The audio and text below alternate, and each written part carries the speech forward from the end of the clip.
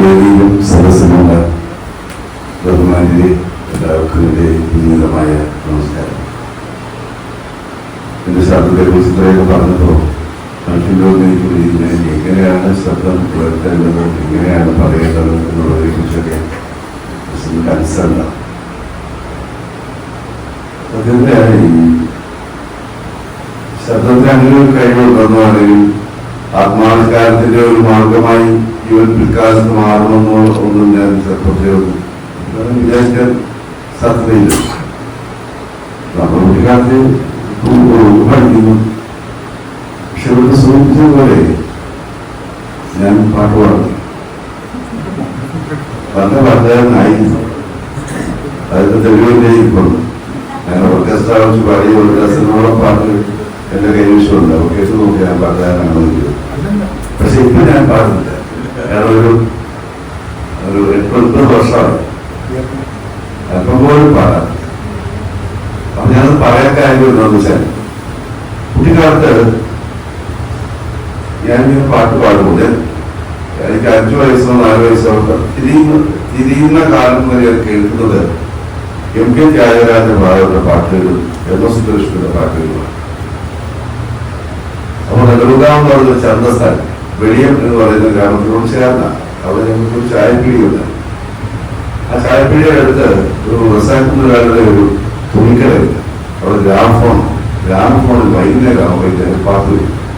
ഞങ്ങൾ 5 വയസ്സ് 6 വയസ്സുള്ള കുട്ടികളൊക്കെ പുല്ലിന്റെ പുറത്തേക്ക് ഈ പാട്ട് കിട്ടിയത്.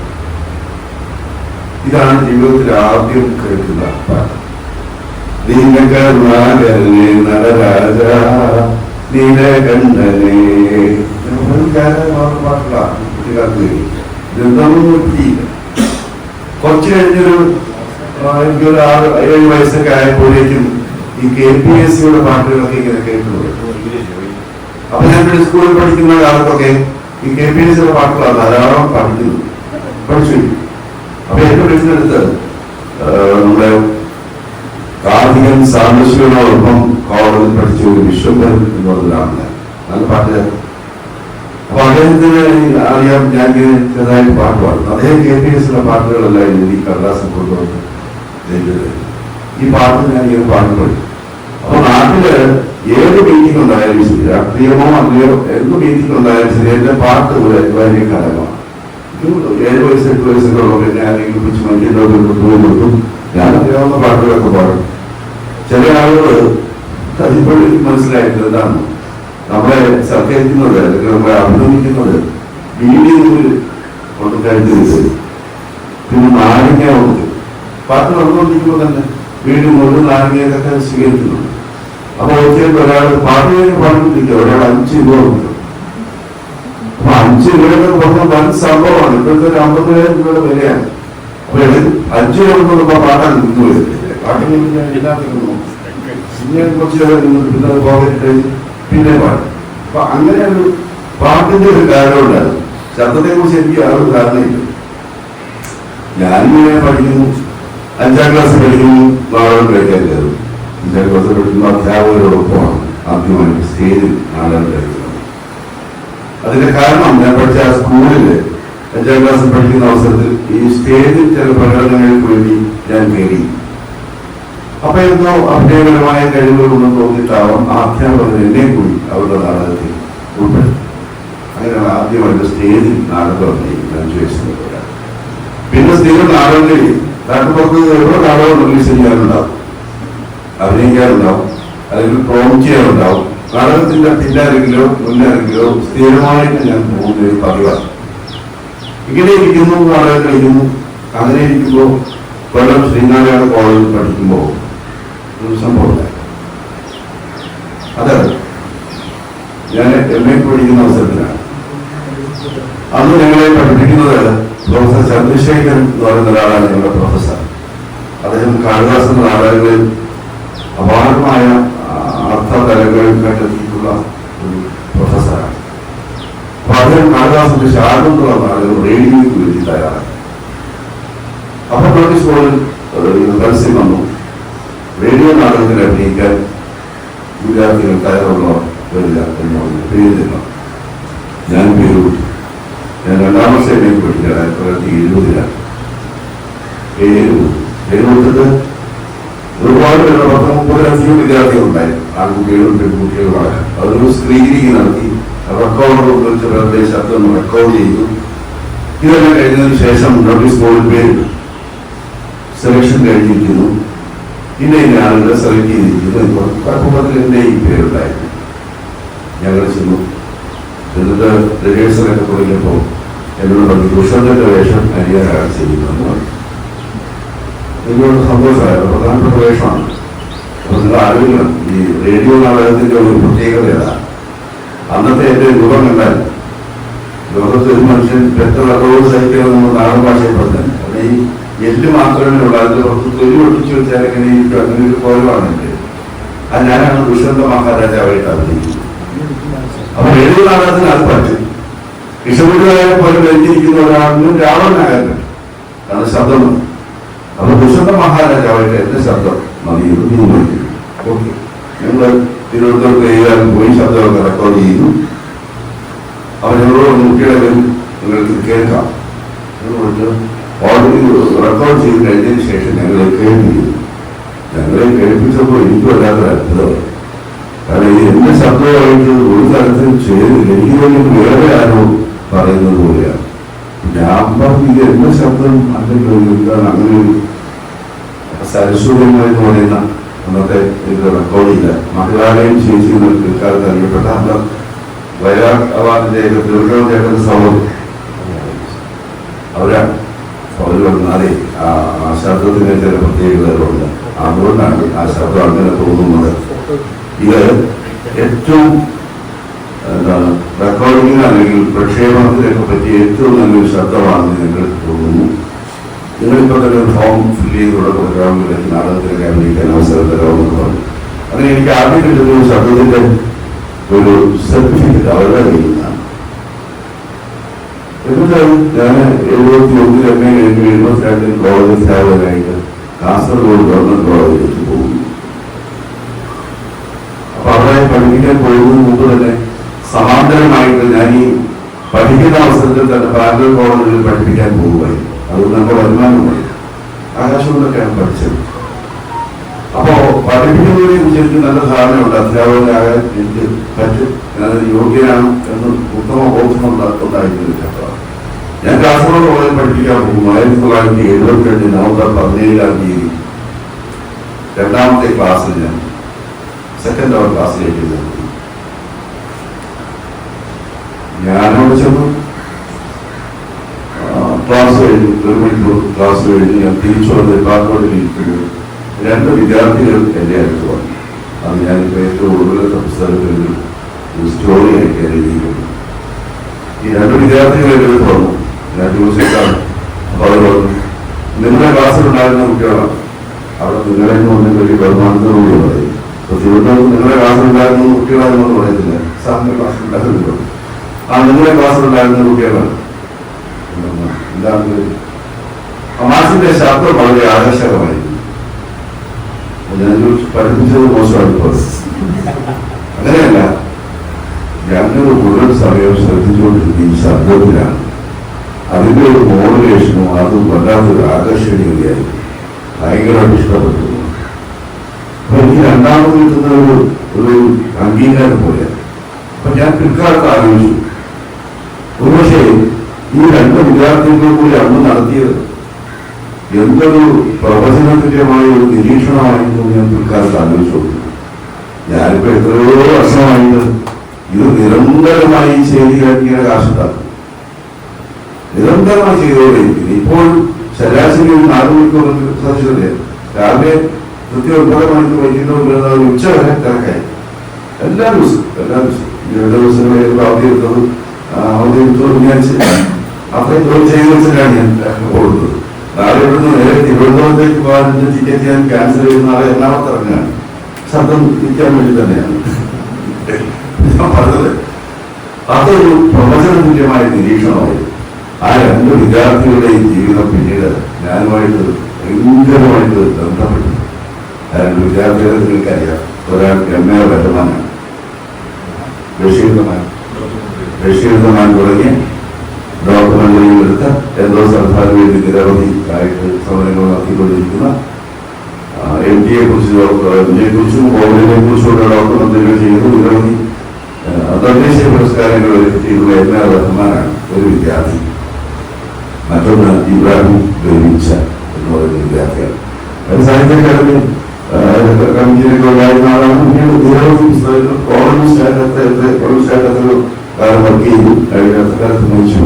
ഈ രണ്ട് വിദ്യാർത്ഥികളും കൂടിയാണ് എൻ്റെ അടുത്ത് വന്നിട്ട് ഈ അഭിപ്രായം പറയുന്നത്. ഈ രണ്ട് വിദ്യാർത്ഥികളും പിൽക്കാലത്ത് മലയാളം കോളേജ് അധ്യാപകരായിട്ട് മലയാളം അധ്യാപകരായിട്ട് വരികയും അതേ കോളേജിൽ നിന്ന് തന്നെ രണ്ടുപേരും റിട്ടയർ ചെയ്യുകയുണ്ടായി. അത് മുഴുവൻ സമയം എൻ്റെ ഒരു സ്വാധീനവും എൻ്റെ ഒരു പ്രചോദനവും അവർക്ക് ലഭിച്ചിരുന്നു. അവർ തന്നെ പലപ്പോഴും പറയുന്നു. എൻ്റെ ഒരു ഒരാൾ പ്രായം ലഭിച്ച ഒരു വർഷത്തിൽ മരിച്ചു.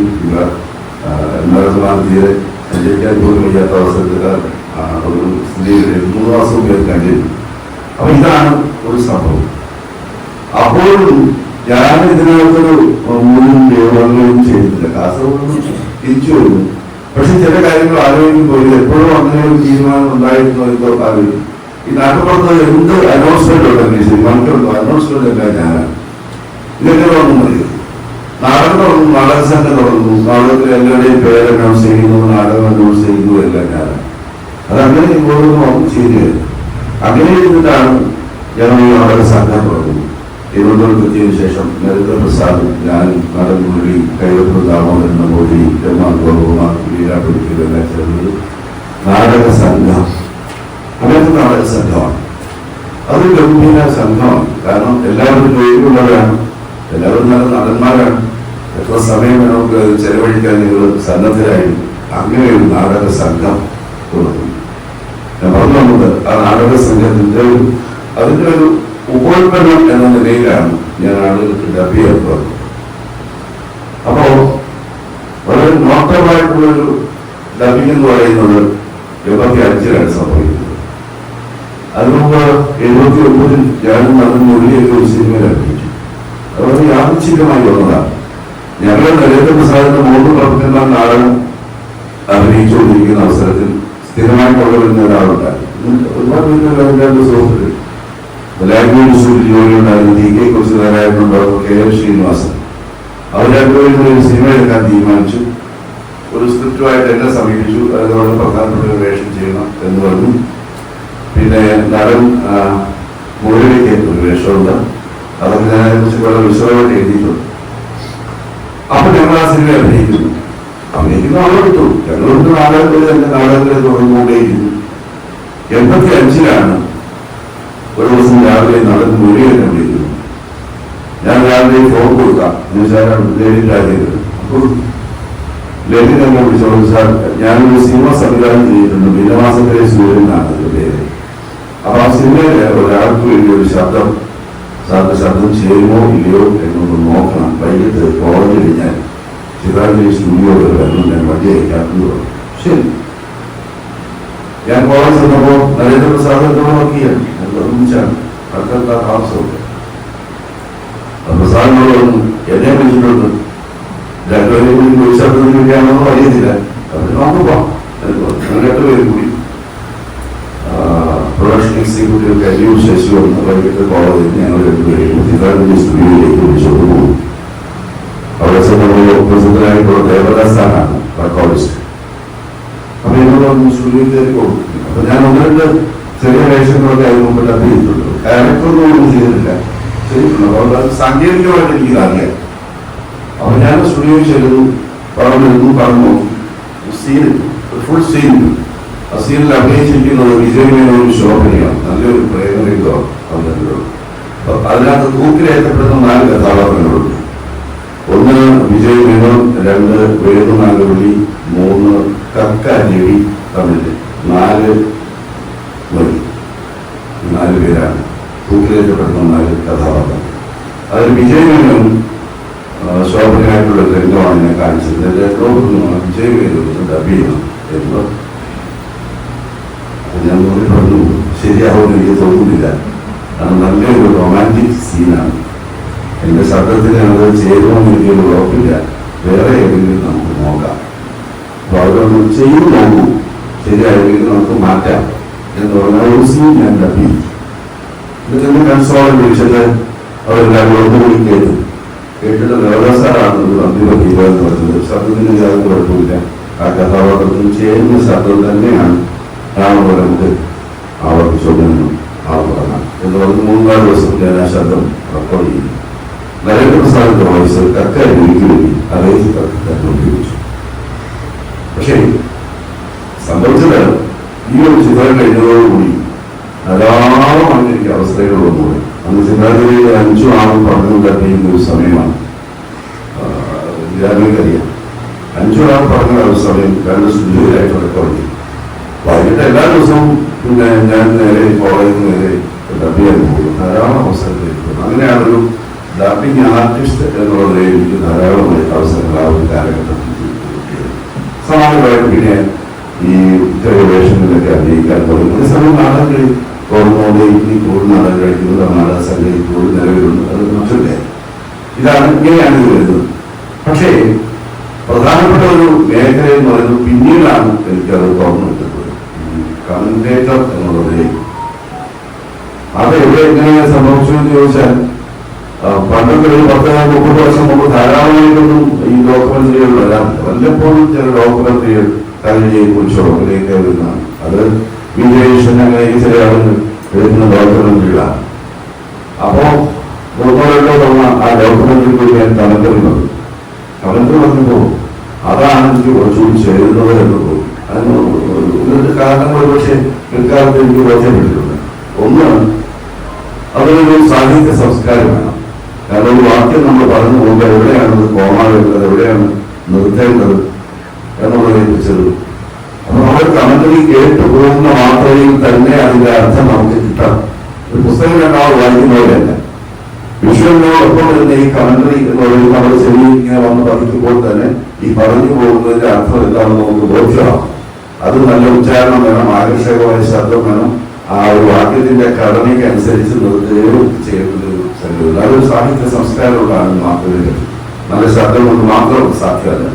അപ്പൊ ഈ കുറച്ചുകൂടി ചേരുന്നത് ഒക്കെ ആയിട്ടുള്ള ഒരു മേഖല അതാണത്. അങ്ങനെയാണ് കഴിഞ്ഞ 10-25 വർഷക്കാലമായി എത്രായിരം മണിക്കൂർ ഞാൻ ഇതിനു വേണ്ടി ജോലി ചെയ്യുന്നതെന്ന് ചോദിച്ചാൽ സത്യത്തിൽ ഇപ്പൊ ആലോചിച്ചാൽ ഒരുപക്ഷെ ലോക റെക്കോർഡ് ആയിരിക്കും എന്ന് തന്നെയാണ് ഞാൻ വിചാരിക്കുന്നത്. കാരണം അത്ര 1000 മണിക്കൂർ 16 വർഷമാകുന്നു സഫാരി എന്ന് പറയുന്ന ചാനൽ തുടങ്ങിയത്. അന്ന് ഇതുവരെ 1-ലധികം പരിപാടികൾ ഒരു എപ്പിസോഡ് പോലും മുടങ്ങാതെ ഒരു എപ്പിസോഡ് പോലും മുടങ്ങില്ല എന്ന് പറഞ്ഞാൽ അത് എങ്ങനെ സാധിക്കുന്നതെന്ന് എനിക്കും അറിയത്തില്ല. ഞാൻ ഇതിലേക്ക് വെച്ച് 1 മാസക്കാലത്തോളം ഞാനൊരു ഷൂട്ടിങ്ങിന് വേണ്ടി തിരുവനന്തപുരത്തെ അപ്പൊ സതീഷിനെയാണ് കൊണ്ടുപോയി. ഇത് റെക്കോർഡ് ചെയ്തേ, റെക്കോർഡ് എന്തെങ്കിലുണ്ട്, സ്വന്തമായിട്ട് റെക്കോർഡ് ഹാൻഡി ആയിട്ടുള്ള റെക്കോർഡ്. ഇത് വരുന്ന മാറ്റങ്ങൾ പ്രിന്റൗട്ട് എടുത്തിട്ട് റെക്കോർഡ് ചെയ്ത് രാത്രിയും പുറമേയുള്ള ശബ്ദങ്ങൾ ഒന്നുമില്ലാത്ത ഒരു സമയം നോക്കി റെക്കോർഡ് ചെയ്യുന്ന അവിടുന്ന് അന്തരീക്ഷത്തിലൂടെ ഒന്നുമില്ല. അപ്പൊ അങ്ങനെ ഒരു എപ്പിസോഡ് പോലും അന്ന് വാങ്ങിയിട്ടില്ല. 1 മാസക്കാലത്തോളം വിദേശത്തായിരുന്നിട്ടും അത് വാങ്ങിയിട്ടില്ല. അസുഖമൊന്ന് വീട്ടിൽ കിടക്കുകയോ അതുകൊണ്ടോ ചെയ്തിട്ടില്ല. ഇതുവരെയും 14 വർഷം കഴിയും, ഇതുവരെ ഒരു എപ്പിസോഡ് പോലും മുടങ്ങാതെ 1-ലധികം പ്രോഗ്രാംസ് ഇപ്പോഴും അതിനു വേണ്ടി ചെയ്തുകൊണ്ടിരിക്കും. അതേസമയം എത്രയെങ്കിലും എപ്പിസോഡുകൾ ഈ ചാനലിൽ വിശ്വസിച്ചാലെങ്കിലും എന്ന് പറയുന്ന 500 എപ്പിസോഡ് അങ്ങനെ ഏറ്റവും കൂടുതൽ പുസ്തകത്തിൽ പേരിട്ടിരിക്കുന്നു. ആനയെ കുറിച്ച് ഒരു 6 കൊല്ലം E4 എലിഫന്റ് എന്ന് പറയുന്നത് അതിപ്പോ ശ്രീ 4 എലിഫന്റ്സ് യൂട്യൂബിൽ ഇപ്പോഴും ചെയ്യുന്നുണ്ട്, ഇപ്പോഴും ചെയ്യും. ശ്രീ 4 എലിഫന്റ്സ് എന്ന് പറഞ്ഞൊരു പ്രോഗ്രാം. പിന്നെ എന്താണ് നാടകത്തെ കുറിച്ചുള്ള നിരന്തരമായ ഡോക്യുമെന്ററികൾ, പക്ഷികളെ കുറിച്ചുള്ള ഡോക്യുമെന്ററികൾ, വനം അതുമായിട്ട് ബന്ധപ്പെട്ട ഡോക്യുമെന്ററികൾ, ചിത്രശലഭങ്ങളെ കുറിച്ചുള്ള ഡോക്യുമെന്ററികൾ, ഇങ്ങനെ പിന്നെ എന്താണ് അങ്ങനെ ഒരുപാട് ഡോക്യുമെന്ററികൾ ഇതിനു വേണ്ടി പിന്നെ രാഷ്ട്രീയ സാംസ്കാരികൾക്ക് വേണ്ടിയൊക്കെ ധാരാളമായിട്ട് ചെയ്തു. ഇത് പിന്നീട് എനിക്ക് തുറന്നു കിട്ടിയ ഒരു മേഖലയാണ് ഈ കമന്ററി എന്ന് പറയുന്നത്. ഇപ്പോ ഇവിടെ 2 തവണ എനിക്ക് സംസ്ഥാന അവാർഡ് എന്ന് പറഞ്ഞിട്ടുണ്ട്. ഇപ്പൊ 4ാമത്തെ അവാർഡായിരുന്നു സംസ്ഥാന വിളിക്കാൻ 4 തവണ കമന്ററിക്ക് 28 4ാമത്തെ തവണയാണ് സ്റ്റേറ്റ് അവാർഡ് കിട്ടിയിട്ടുണ്ട്. ഒരു തവണ ദേശീയ പുരസ്കാരം 2016 ദേശീയ ചലച്ചിത്ര പുരസ്കാരം ലഭിക്കുന്നു. ഒട്ടും പ്രതീക്ഷിക്കാത്ത ഒരു സമയത്ത് കിട്ടിയ ഒരു പുരസ്കാരമായി. അപ്പോൾ ഇപ്പോഴും ഞാനത് ചെയ്തുകൊണ്ടേയിരിക്കും. അപ്പൊ ഇവിടെ ഈ ശബ്ദത്തിന്റെ ഒരു തിരിച്ചറിയൽ എന്ന് പറയുന്നത് നിസ്സാരപ്പെട്ട ഒരു കാര്യമല്ല. ആദ്യം സൂചിപ്പിച്ചതുപോലെ നമ്മുടെ കമ്പ്യൂട്ടർ മനുഷ്യൻ പോലെയാണ് ഇപ്പോ ഒരു മനുഷ്യന്റെ ശബ്ദം എന്ന് പറയുന്നത്. ഞാൻ എത്ര അല്ലെങ്കിൽ സാങ്കേതികത ഉപയോഗത്തോടുകൂടി എത്രയധികം മാറ്റി വച്ചാലും ശരി, മൗലികമായും ഈ ശബ്ദം വളരെയാണെന്ന് കണ്ടുപിടിക്കാൻ ബുദ്ധിമുട്ടില്ലെന്നാണ്. അത്ര വലിയൊരു രേഖയാണ് ഇപ്പോൾ ഒരു മനുഷ്യന്റെ ശബ്ദം എന്ന് പറയുന്നത്. അപ്പൊ മനുഷ്യന്റെ ശബ്ദവും അവരുടെ സംഭാഷണ രീതി ഒക്കെ ഒരു മനുഷ്യന്റെ വ്യക്തിത്വത്തിന്റെ ഭാഗം തന്നെയാണ്. പറയാതിരിക്കാന്നുള്ളത് ഞാൻ ഇവിടെ പറയും. എന്റെ ഒരു ചെറിയ കണ്ടുപിടുത്ത പോലെ പറയാം. ഒരു മനുഷ്യന്റെ നടക്കുന്നതിന്റെ സ്പീഡ് ഞങ്ങളുടെ സംഭാഷണമുള്ള നോക്കിക്കൊള്ളാം. അതിന് സാദൃശ്യമുണ്ടാകും.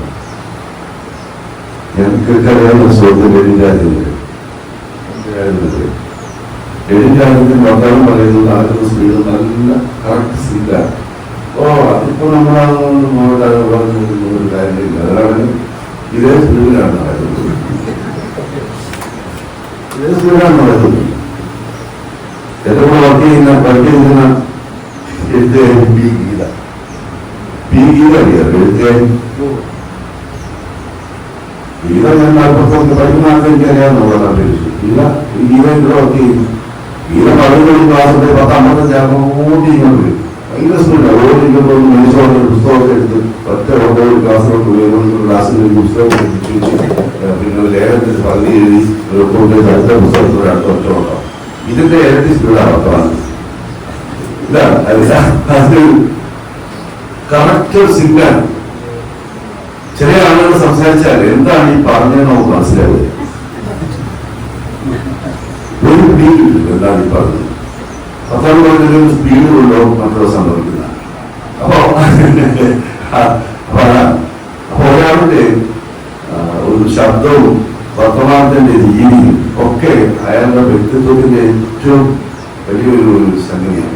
ഇത് നമ്മൾ ബോധപൂർവ്വം ഉണ്ടാക്കിയെടുക്കാനൊന്നും പറ്റുന്നില്ല. അപ്പൊ ഇതിന്റെ വ്യക്തിത്വം ശരിയാക്കി കഴിഞ്ഞാൽ ശബ്ദവും അതിന്റെ സ്പീഡും നടത്തിയൊക്കെ ഇത് അങ്ങനെ പറ്റുന്നൊരു കാര്യമില്ല. ഇത് എങ്ങനെയോ പറ്റിപ്പോകുന്ന സംഭവിച്ചു പോകുന്നൊരു കാര്യമാണ്.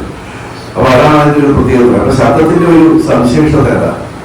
അപ്പൊ ഇതിന് ശരിക്കും പറഞ്ഞാൽ ശബ്ദ സംസ്കരണം ഞങ്ങൾ നാടകം ചെയ്യുന്ന അവസരത്തിൽ ശബ്ദ സംസ്കരണത്തിന് ക്ലാസ്സുകൾ, ശബ്ദ സംസ്കരണത്തിന് പ്രത്യേകമായ ക്ലാസ്സുണ്ട്. ഒരു അരമണിക്കൂറെങ്കിലും അത് ഉപയോഗിക്കും. അത് കഴിഞ്ഞിട്ട് ഞങ്ങൾ ഈ നാടകത്തിന്റെ റിഹേഴ്സൽ ആരംഭിക്കുന്നു. കാരണം ശബ്ദം ഒന്ന് ശരിയാക്കി എടുക്കാൻ, മെരുക്കിയെടുക്കാൻ, വഴക്കിയെടുക്കാൻ വേണ്ടി സംഗീതത്തിന്റെ വിവിധ എന്നൊക്കെ പറയുന്ന വിവിധ പിന്നെ നോട്ട്സിൽ വെച്ചിട്ട് മാക്സിമം ശബ്ദം എക്സ്റ്റെൻഡ് ചെയ്യാം. എത്രത്തോളം എക്സ്റ്റെൻഡ് ചെയ്യാം, എത്രത്തോളം ഹൈറ്റിലേക്ക് പോകാം, എത്രത്തോളം താഴേക്ക് പോകാം, എത്ര സ്പീഡിൽ സംസാരിക്കാം എന്നുള്ളതിനെ കുറിച്ചൊക്കെ ഞങ്ങൾ ക്ലാസ്സുകൾ എടുത്തിട്ട് അരമണിക്കൂറെങ്കിലും ശബ്ദം സംസ്കരണം വരുത്തിയതിനു ശേഷം മാത്രമേ ഞങ്ങൾ റിഹേഴ്സലിലേക്ക് പോകൂ. അതുപോലെയാണ് ശരീരം. കാരണം ഈ നടന്റെ മാധ്യമവും ശബ്ദവും ശരീരവുമാണ്. നമ്മൾ മനസ്സിൽ കാണുന്നത്, നടൻ മനസ്സിൽ കാണുന്ന ഒരു ഭാവത്തെ ആവിഷ്കരിക്കാൻ 2 മാർഗങ്ങളാണുള്ളത്: ശബ്ദവും ശരീരവും. ഈ രണ്ടും ഉപയോഗിക്കണം. ഇത് രണ്ടും അയാൾ മനസ്സിൽ കാണുന്ന തരത്തിൽ ആവിഷ്കരിക്കുന്നതിന് സജ്ജമാക്കിയെടുക്കുക എന്ന് പറയുന്നതാണ് ഈ ശബ്ദവും ശരീരവും സംസ്കരിച്ചെടുക്കുന്നതിലൂടെ സാധ്യമാണ്. അതിനാണ് ഈ ട്രെയിനിങ്. അത് ചെയ്തതിനു ശേഷം മാത്രമേ ഞങ്ങൾ നാടകത്തിൽ പ്രവർത്തിക്കാറുള്ളൂ. അതിനാണ് ഞങ്ങൾ നാടകത്തിൽ ശീലം. അപ്പൊ ഈ ശബ്ദ സംസ്കരണം എന്ന് പറയുന്നതിലൂടെ ഇത് കുറച്ച് മാറ്റിയെടുക്കാറ്, ശബ്ദത്തിന്റെ ക്വാളിറ്റി മാറ്റിയെടുക്കാറ്. പക്ഷെ അടിസ്ഥാനപരമായിട്ട് ശബ്ദത്തിന്റെ ഒരു സ്ട്രക്ചർ, അതിന്റെ ഒരു ഘടന മാറ്റാൻ നമുക്ക് പറ്റാം. അത് ഓരോ മനുഷ്യന്റെയും ഈ തൊണ്ടയുടെ ഒരു സവിശേഷത കൊണ്ട് സംഭവിക്കുന്നത്. പക്ഷെ ഇതിനകത്തൊരു പ്രത്യേകത എന്താണെന്ന് വെച്ചാൽ, ഞാനിപ്പോൾ പറയും, ചില ആളെ കാണുമ്പോൾ ഇയാൾ കാണാൻ നല്ല സുന്ദരമായിട്ട് ക്യാമറയ്ക്ക് നന്നായി എന്ന് നമുക്ക് തോന്നും. പക്ഷേ ഈ പടം എടുക്കുമ്പോൾ ചിലപ്പോൾ നന്നായി ഇരിക്കില്ല. അത് ക്യാമറയ്ക്ക് ഇഷ്ടപ്പെട്ടിട്ടില്ല എന്ന് നമ്മൾ പറയും, അല്ലെങ്കിൽ ഫോട്ടോയിലേക്ക് അല്ല എന്ന് പറയും. ചില ആളുകളെ കാണുമ്പോൾ അത്രയോട് ആകർഷകത്തോട് തോന്നുന്നില്ല. പക്ഷെ പടം എടുത്തു കഴിഞ്ഞാൽ നല്ല ഫീച്ചേഴ്സ് ആയിരിക്കും എന്ന് പറയുന്നത് ഈ മൈക്കിന് ഇഷ്ടപ്പെടുന്നു. നമ്മൾ ഇത് ആംപ്ലിഫൈ ചെയ്ത് വരുമ്പോൾ ഉണ്ടാകുന്ന ഒരു ക്വാളിറ്റി ഉണ്ട്. അതെന്തുകൊണ്ട് എങ്ങനെ സംഭവിക്കുന്നു എന്ന് നമുക്കറിയാം. പക്ഷെ ഇപ്പോൾ ഒരുപാട് സാങ്കേതിക ഒരുപാട് മാറ്റങ്ങൾ സംഭവിച്ചിട്ടുണ്ട്. എന്റെ ശബ്ദം വേറെ ആരുടെ ശബ്ദമാണ് മാറ്റിയിട്ടാണ്. ഏത് രീതിയിൽ മാറ്റാൻ പറ്റും. അങ്ങനെ മാറ്റി ശബ്ദത്തിന്റെ ക്വാളിറ്റി കുറയ്ക്കുകയോ കൂട്ടുകയോ ബാസ് കൂട്ടുകയോ പിന്നെ കുറച്ചുകൂടെ മനസ്സിലാക്കുകയോ ഒക്കെ ചെയ്യാവുന്ന തരത്തിൽ സാങ്കേതികത വളർന്നില്ല. എങ്കിൽ പോലും മനസ്സിലാക്കാൻ മനുഷ്യന്റെ ശബ്ദം മാറ്റിയെടുക്കാൻ സാധിക്കില്ല എന്നാണ്. അത് വലിയ ഐഡന്റിറ്റി ആയിട്ടാണ് ഇപ്പോൾ നമ്മുടെ മേഖലയിൽ ശാസ്ത്ര ശാഖയായിട്ട് തന്നെ ഇപ്പോൾ വന്നു കഴിഞ്ഞു. ഇതൊക്കെയാണ് ഈ ശബ്ദവുമായി ബന്ധപ്പെട്ട ഒരു അനുഭവത്തിന്റെ മേഖലയിൽ എന്ന് പറയാനുള്ളത്. പിന്നെ നിരവധിയായ വർക്കുകൾ ചെയ്യുന്ന സന്ദർഭത്തിലുണ്ടായിട്ടുള്ള അനുഭവങ്ങളും കാര്യങ്ങളൊക്കെ. പക്ഷെ അത് നിങ്ങളെ കുറിച്ച് ചോദിച്ചൊക്കെ അങ്ങനെ ഒരാണെന്നുണ്ടെങ്കിൽ എനിക്ക് പറയാവുന്നതേ ഉള്ളൂ. അങ്ങനെ എന്തെങ്കിലും തരത്തിൽ ചോദ്യോത്തരത്തിലേക്ക് പോയാൽ കുറച്ചുകൂടെ എളുപ്പമായിരിക്കും പറയാൻ എന്ന് എനിക്ക് തോന്നുന്നു. എന്താണ്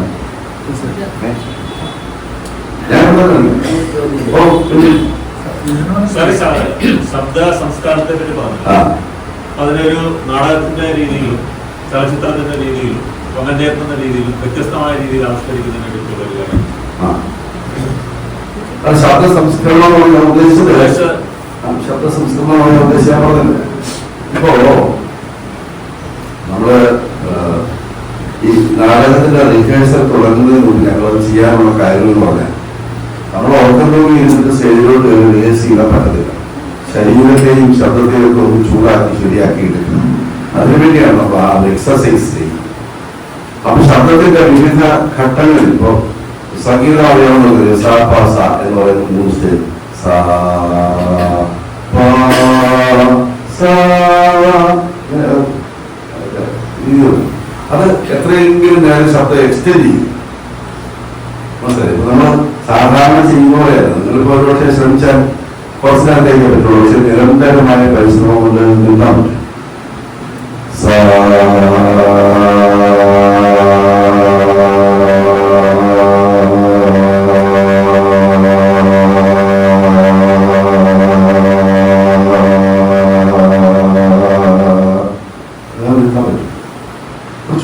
കുറച്ചുകൂടെ എക്സസൈസ് ചെയ്തല്ലേ. അത് എത്രത്തോളം ശ്വാസം നമ്മുടെ ഉള്ളിൽ എടുക്കുന്നു അതനുസരിച്ചാണ് അതിൽ. അപ്പൊ ഒരു ഉദാഹരണത്തിന് ഒരു പാട്ട് പാടുമ്പോ ഇപ്പൊ ദേവരായ മാഷ് ഒരു പാട്ട് കൊടുക്കുന്നു. ഇപ്പോൾ ഓർക്കുന്ന വരികളുണ്ട്. ആമല പൊയ്കയിൽ ആടിക്കടിക്കുന്ന രോമന താമര പൂവ് മാനത്തു നിന്നൊരു ശങ്കരൻ മാലയിൽ മാലയിലേക്ക് ആരെയും സിനിമയിലെ പാട്ടാണ്. താരമാർന്നു സിനിമയിലെ പാട്ടാണ്. കേശവൻ സുരേരിയും പാടിയിരിക്കുന്നു. അപ്പൊ നമ്മളിപ്പോ പറയാം ആമല പൊയ്കയിലാടിക്കടിക്കുന്നോരോമന താമര ദേവരാമ സമ്മതിക്കും. ആമല പൊയ്കയിലാടിക്കടിക്കുന്നോരോമന താമര പൂവേ മാനത്തു നിന്നൊരു ചെങ്കതിർമാല മാറിലേക്കാരേറിഞ്ഞു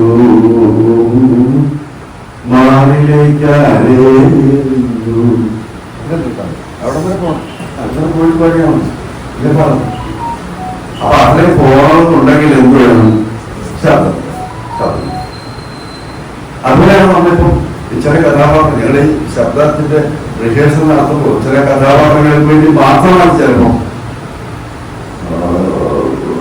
ഒരു എക്സസൈസ് കൊടുക്കും. ഇപ്പൊ ഉദാഹരണത്തിന് നമ്മൾ നാടകത്തിൽ ഒരു വിധേയനായിട്ട് അഭിനയിക്കുന്നവരാണ്.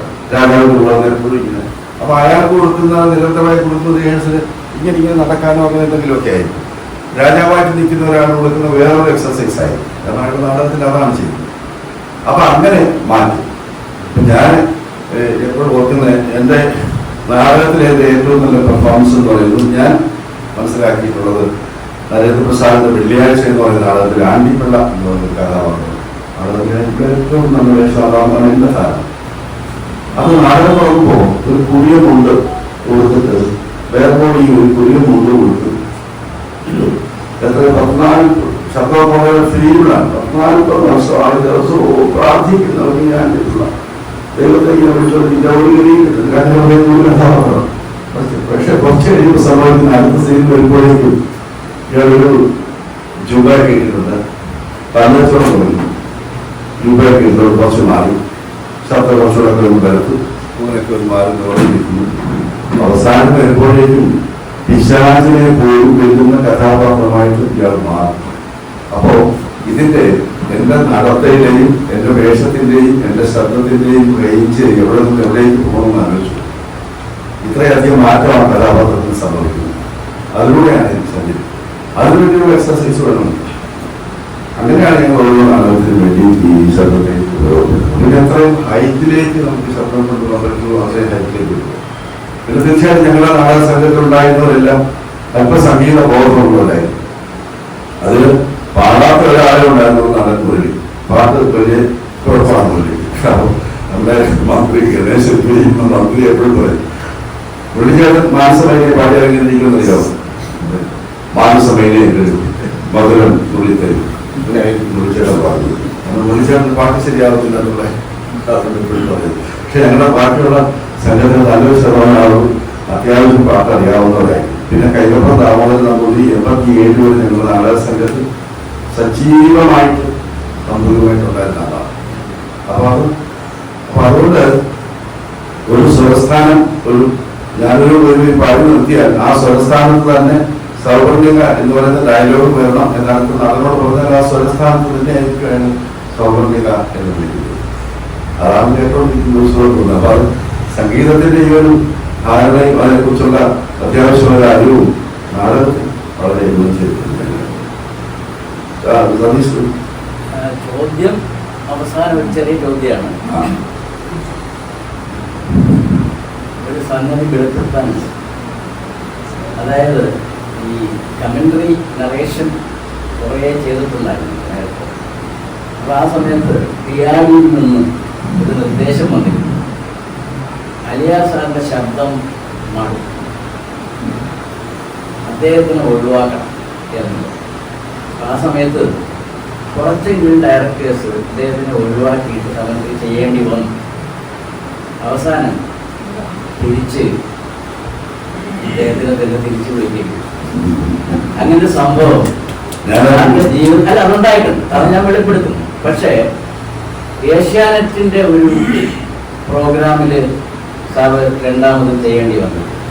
അതൊന്നും അത് സംഭവിച്ചത് അങ്ങനെയാണ്.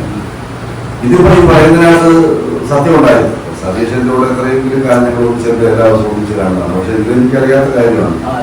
പറയാൻ സാധ്യതയുള്ളൂ. കാരണം ഒരു മത്സരത്തിനായാലും ശരി, ഒരു 100 പ്രോഗ്രാമിൽ 49 എന്റെ ശബ്ദം എന്ത് മനുഷ്യൻ എനിക്ക് തന്നെ ഞാനിരിക്കുമ്പോ എന്റെ ശബ്ദം ഇടുകയാണെന്നുണ്ടെങ്കിൽ ഞാൻ വഹിക്കും. എനിക്ക് തന്നെ വർക്ക് തുടങ്ങി പറയുന്നത് അവരുടെ ഒഴിവാക്കുന്ന പറഞ്ഞിട്ടുണ്ടാവും, സ്വാഭാവികമാണ്. പക്ഷേ ഏഷ്യാനെറ്റിന് സംഭവിച്ചാലല്ല. ഞാനെനിക്ക് കത്തെഴുതി കൊടുത്തു. കത്തെഴുതി കൊടുത്ത് ഞാൻ കുറെ കാലത്തേക്ക് ഏഷ്യാനെറ്റിൽ പോയില്ല. പക്ഷെ എനിക്കൊരു വർക്ക് ഞാൻ ചെയ്തില്ല. അതിന് കാരണം ഈ അവാർഡ് ഫംഗ്ഷനുകളല്ല. ഇപ്പോൾ മറ്റന്നാള് 28-ാം തീയതി സംസ്ഥാന അവാർഡ്, 2 വർഷത്തെ സംസ്ഥാന അവാർഡ്, ടെലിവിഷൻ അവാർഡ് മറ്റന്നാളാണ് ഡിസ്ട്രിബ്യൂട്ട് ചെയ്തത്. 2022 2 വർഷത്തെ. അപ്പൊ 100ഓളം ആർട്ടിസ്റ്റുകളെ അതിന്റെ അനൗൺസ്മെന്റും അവർക്ക് എല്ലാം പറയുന്നത് എന്റെ വോയിസിൽ തന്നെയാണ്. എത്രയോ വർഷമായിട്ട് പൊക്കോണ്ടിരിക്കും. അപ്പൊ ഏഷ്യാനെറ്റ് അങ്ങനെയാണ്. ഈ നാട്ടിലെ എല്ലാ സ്റ്റേജ് ഷോകളിലും എന്റെ ശബ്ദമാണ് ഇങ്ങനെ പൊക്കോണ്ടിരുന്നത്. അങ്ങനെ പല അവസരത്തില് ഞാൻ വോയിസ് എടുത്തു, ഏഷ്യാനെറ്റിലേക്ക് കൊടുത്തയച്ചു. അപ്പോ കൊടുത്തയച്ചിട്ട് ഇത് ഈ ഫംഗ്ഷൻ തുടങ്ങുന്നതിന് 2 ദിവസം മുമ്പ് ഏഷ്യാനെറ്റ് ഒരു എഡിറ്റർ, എനിക്ക് പരിചയമുള്ള എഡിറ്റർ എന്നെ വിളിച്ചു, സാറിന്റെ വോയിസ് വെച്ചത് എഡിറ്റ് ചെയ്യേണ്ട എന്ന് മുകളിൽ നിന്നൊരു നിർദ്ദേശം കിട്ടിയിട്ടുണ്ട്. എന്താണ് സംഭവിച്ചതെന്ന് ഞങ്ങൾക്ക് അറിയത്തില്ല. നമുക്ക് വിചാരം വേറെ ആരെയൊക്കെ ശബ്ദങ്ങൾ അത് പരിശോധിച്ചു. പിറ്റേന്ന് വേറെ ആരെയൊക്കെ വോയിസ് എടുത്തു. ആ ഫംഗ്ഷൻ കഴിഞ്ഞു. അപ്പൊ എനിക്ക് പെട്ടെന്നൊരു ഇൻഫീലിംഗ് തോന്നി. കാരണം ആരുടെ വോയിസ് ഉപയോഗിക്കണം വേണ്ട എന്ന് തീരുമാനിക്കുന്നതിന് ശേഷം ആ ചാനലിന് ഉത്തരവാദപ്പെട്ട ആളോ അല്ലെങ്കിൽ അതിന്റെ ഡയറക്ടറോ. പക്ഷെ എടുത്ത വോയിസ് മാറ്റുകയാണെങ്കിൽ എന്നെ വിളിച്ച് പറയാം, സാർ ഞാനൊരു വോയിസ് എടുത്തിരുന്നു, പക്ഷെ ഈ വർഷം ഞങ്ങളത് മാറ്റുക, വേറൊരു വോയിസ് നോക്കുക എന്ന് പറയാമായിരുന്നു എന്ന് എനിക്ക് തോന്നി. അപ്പൊ അതുകൊണ്ട് ഞാൻ ചെയ്തു.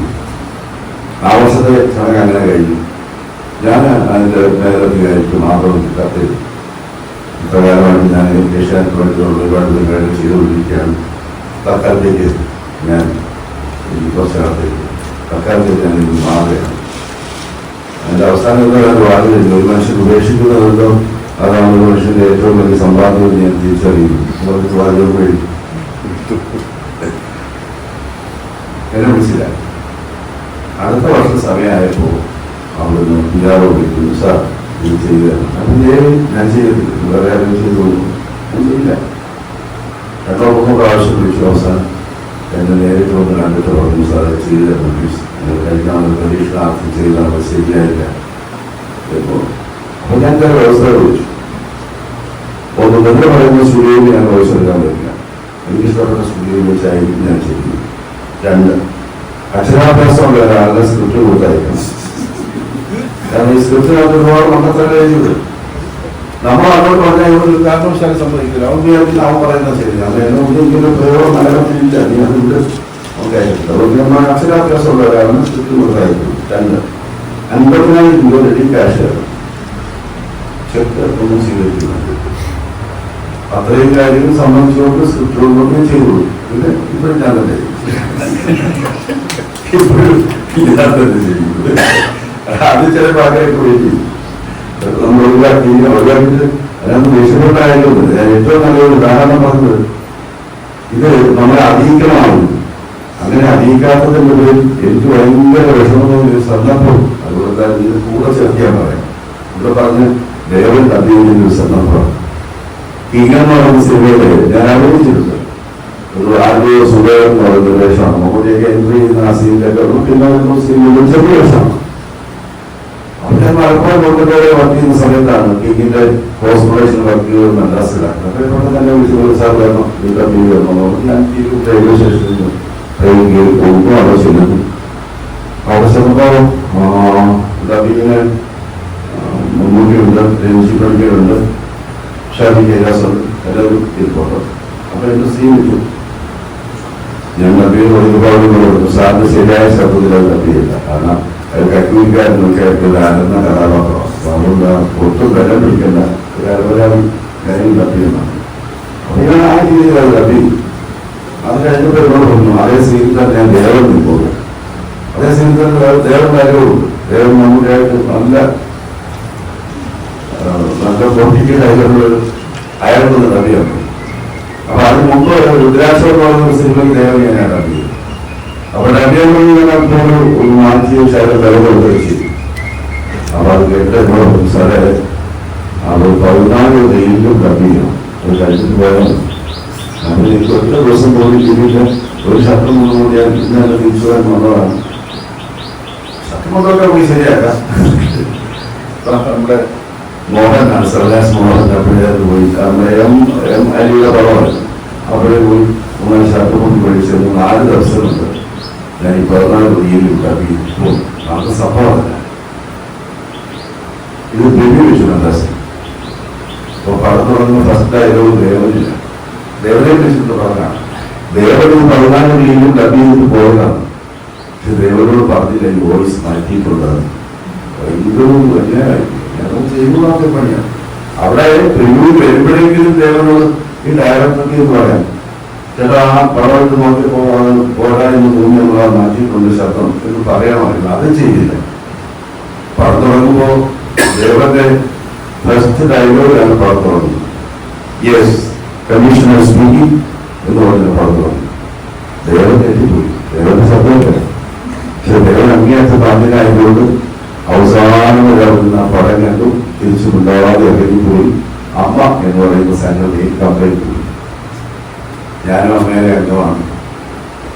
അമ്മ സംഘടനയിൽ മറ്റൊരംഗം എന്നോട് ചോദിക്കാതെയോ എന്റെ മുൻകൂട്ടിയുള്ള സമ്മതപ്രകാരം അല്ലാതെയോ എനിക്ക് വേണ്ടി ഡബ് ചെയ്തു, നടപടി സ്വീകരിക്കണം എന്ന് പറഞ്ഞിട്ട് കംപ്ലൈൻറ്റ് ചെയ്തു. പിന്നെ മമ്മൂട്ടിമാരെല്ലാം ഒത്തുതീർപ്പിന് എത്തി. വേറെ ഒരു സംഘടനയിലുള്ള ഒരാൾ മറ്റാൾക്ക് വേണ്ടി ഡബ് ചെയ്യുകയാണെങ്കിൽ മുൻകൂട്ടിയായിട്ട് അനുമതി വാങ്ങണം കേസിന് ഒതുക്കി. അങ്ങനെ സന്തോഷിച്ചു. ചോദ്യം എന്താക്കും കഴിഞ്ഞോ?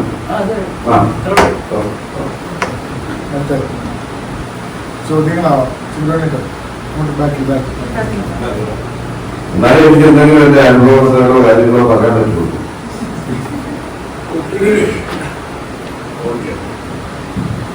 എല്ലാവർക്കും നമസ്കാരം. ഒത്തിരി കൊല്ലങ്ങളായിട്ട് സാറിന്റെ ശബ്ദം കേട്ടുകൊണ്ടിരിക്കുകയാണ്.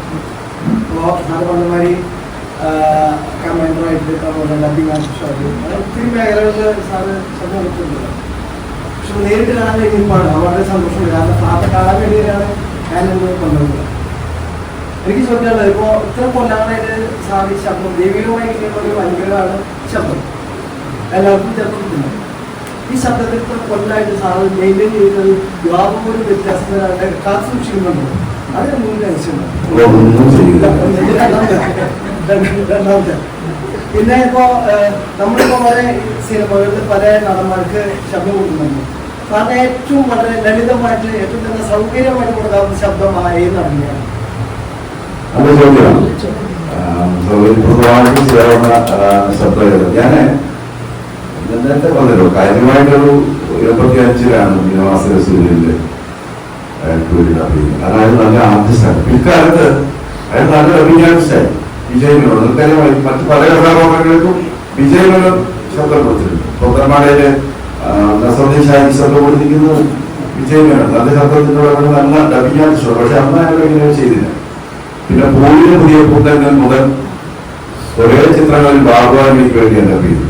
അപ്പൊ നമ്മുടെ സൗകര്യം പറയുന്നത് നല്ല ആർട്ടിസ്റ്റാണ് അഭിനയിച്ചിരിക്കുന്നത് എങ്കിൽ നമുക്ക് ഡബ് ചെയ്യാൻ ഭയങ്കര എളുപ്പം.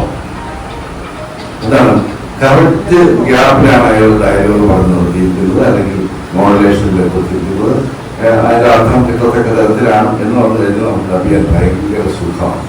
അതല്ല ഈ അന്യഭാഷയിലുള്ള നടന്മാർ വരുമ്പോഴാണ് നമ്മൾ ആദരപ്പെടുന്നത്.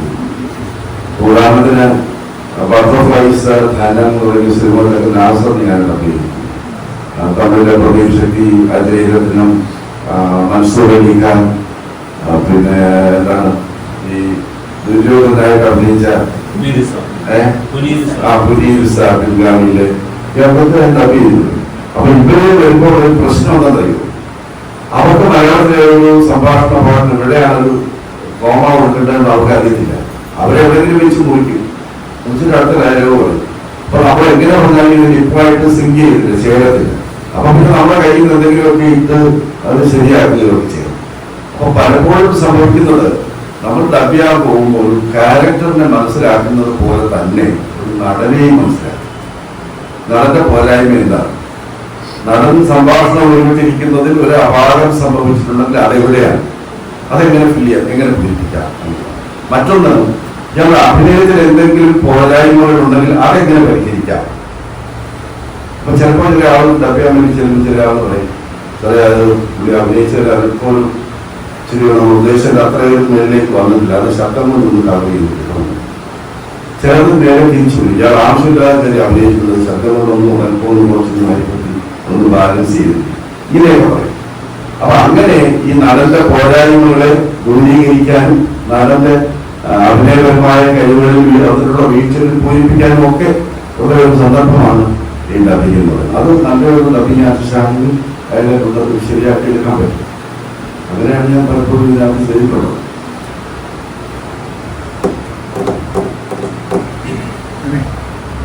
ആ സന്ദർഭം സൂക്ഷിക്കാൻ വേണ്ടി ഒന്നും ചെയ്തിട്ടില്ല. ഒന്നും ചെയ്യാതിരിക്കുമ്പോഴാണ് അത്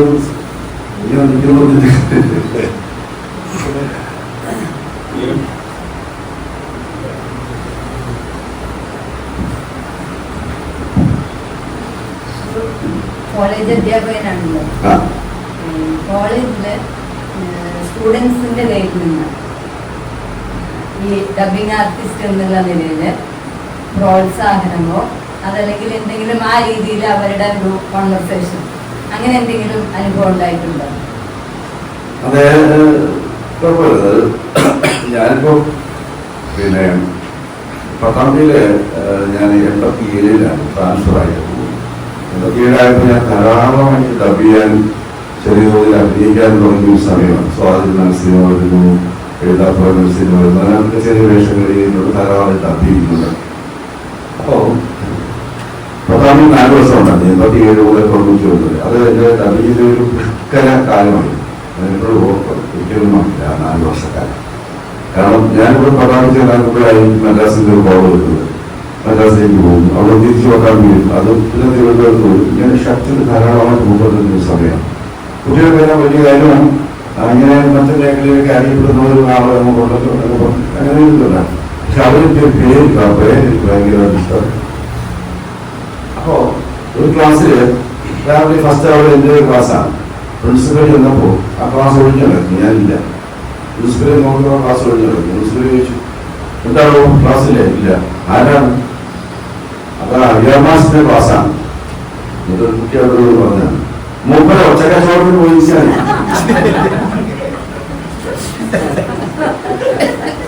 നല്ല പ്രയോഗമുണ്ട്.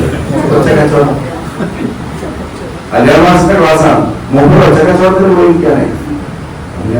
ഒച്ചക്കച്ചവടം നല്ലൊരു ശബ്ദം വെച്ച് അപ്പൊ ആ കുട്ടികളെ ഒരിക്കലും മറക്കില്ല. ഈ പ്രൊട്ടാമിയിലെ തന്നെ മലപ്പുറം പറയുന്നവർക്കല്ലേ ഈ രാജ്യത്തെ മനുഷ്യരുടെ സ്വഭാവം സത്യത്തിൽ കരിഞ്ഞു പോകും. പട്ടാമ്പിയിലുണ്ടായിരുന്ന ആലോചനകളായ എൻ്റെ ജീവിതത്തിൽ അവിസ്മരണീയമാണ്.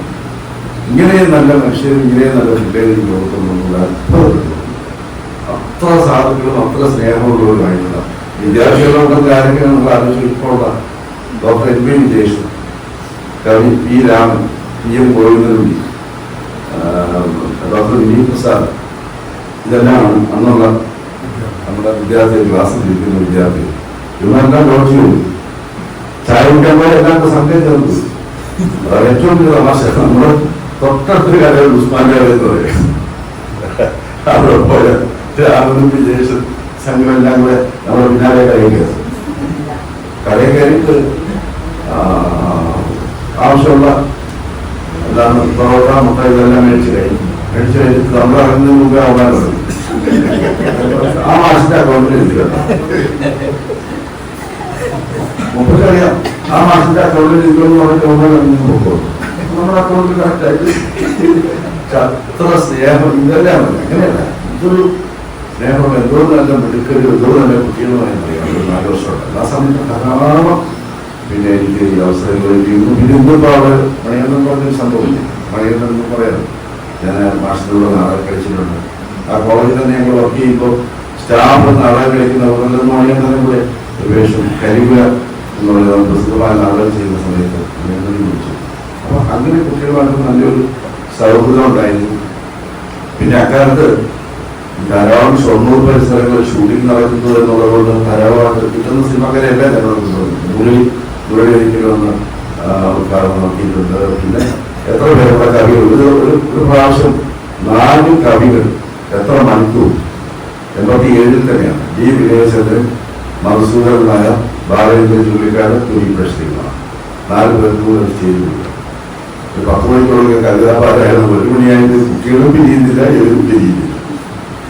അങ്ങനെ കുറേ സിനിമക്കാരെയും നാടകക്കാരെയും ഒക്കെ കൊണ്ടുവരാൻ, കവികളെ എഴുത്തുകാരെയും എല്ലാം കൊണ്ടുവരാൻ നമുക്ക് ഈ 4 വർഷക്കാരിൽ സാധിച്ച കുട്ടികളുടെ കയ്യിൽ അവിടെ കിട്ടിയിട്ടുള്ള സ്നേഹം കൊണ്ട് എത്രയാണ് നമുക്ക് പറഞ്ഞിരിക്കാൻ. അങ്ങനെ സ്നേഹമുള്ള കുട്ടികളാണ്.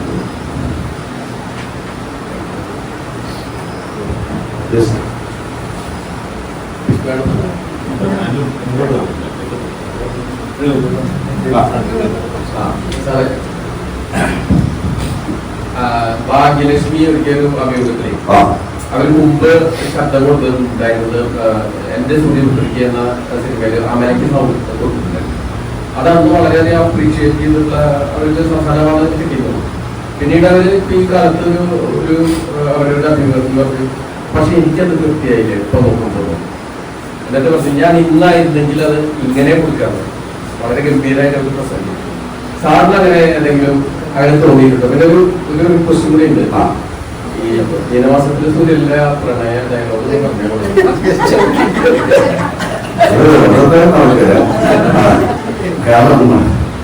അഥവാ എനിക്ക് ഡയലോഗ് അറിയാമെങ്കിൽ തന്നെയും ശരി, അത് കേൾക്കുന്ന അത് പ്രണയിക്കുണ്ടെങ്കിൽ ജീവൻ കൊണ്ടാകുന്ന ഓർമ്മ.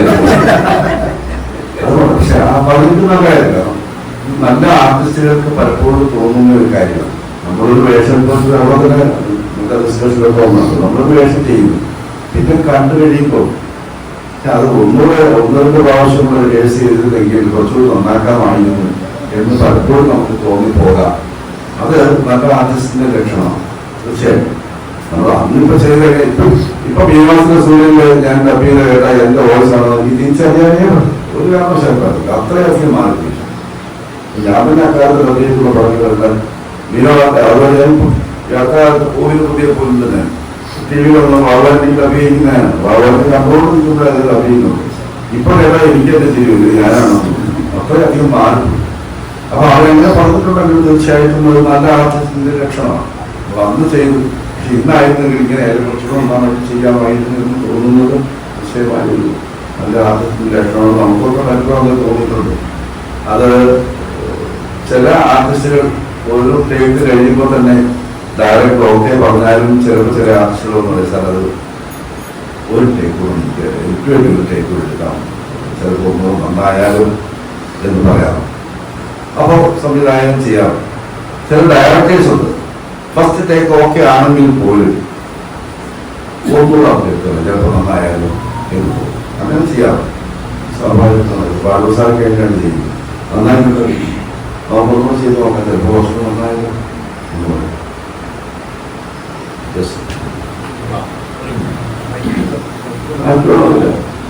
സാറേ ഒരു സംശയം, ഇത് യോഗയിൽ ചെയ്യുന്ന ഒരു സ്റ്റെപ്പിനെ കുറിച്ചാണ്. യോഗയിൽ ചെയ്യുമ്പോൾ എന്ന് പറഞ്ഞൊരു സ്റ്റെപ്പുണ്ട്, പിന്നെ ഓം ഉണ്ട്, ഒക്കെ ഉണ്ട്. ഈ ചെയ്തുകൊണ്ടിരിക്കുമ്പോൾ നമ്മുടെ യോഗയിൽ പറയുന്ന ശാരീരികമായ നമ്മുടെ ശരീരത്തിൽ ഉണ്ടാകുന്ന ഒരു എനർജി അല്ലെങ്കിൽ അതിൻ്റെ ഒരു ഗുണത്തെക്കുറിച്ച് ഒന്ന് പറഞ്ഞു തന്നാൽ.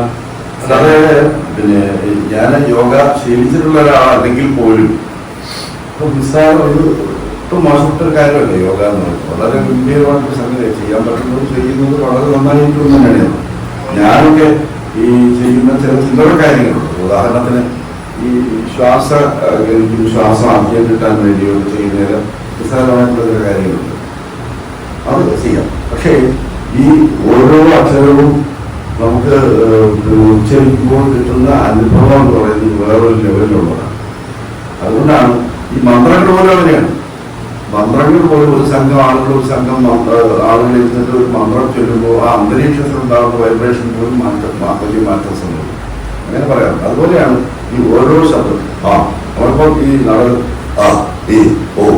ഇങ്ങനെ ഈ ഇവിടുന്ന് അടുത്ത തരത്തിൽ ശബ്ദങ്ങൾ പ്രാക്ടീസ് ചെയ്യാറ്. അപ്പൊ അതുകൊണ്ടുണ്ടാവുന്ന ഒരു അനുഭവം വേറൊരു തരത്തിലുള്ള ഒരു അനുഭവം. അത് തീർച്ചയായിട്ടും യോഗ പ്രാക്ടീസ് ചെയ്യുന്ന ആളുകൾക്ക് കുറച്ചുകൂടെ അവർക്ക് ബോധപ്പെടും എന്നാണ് എനിക്ക് തോന്നുന്നത്. ഞാനത് പ്രാക്ടീസ് ചെയ്യാറില്ലെങ്കിലും ഞാൻ കഴിയുന്നതായി ഒരു മൂക്കിലൂടെ ശബ്ദം കയറ്റുകയും മറ്റേ മൂക്കിലൂടെ വിടുകയും അത്തരം കാര്യങ്ങൾ ചെയ്യാറുണ്ട്.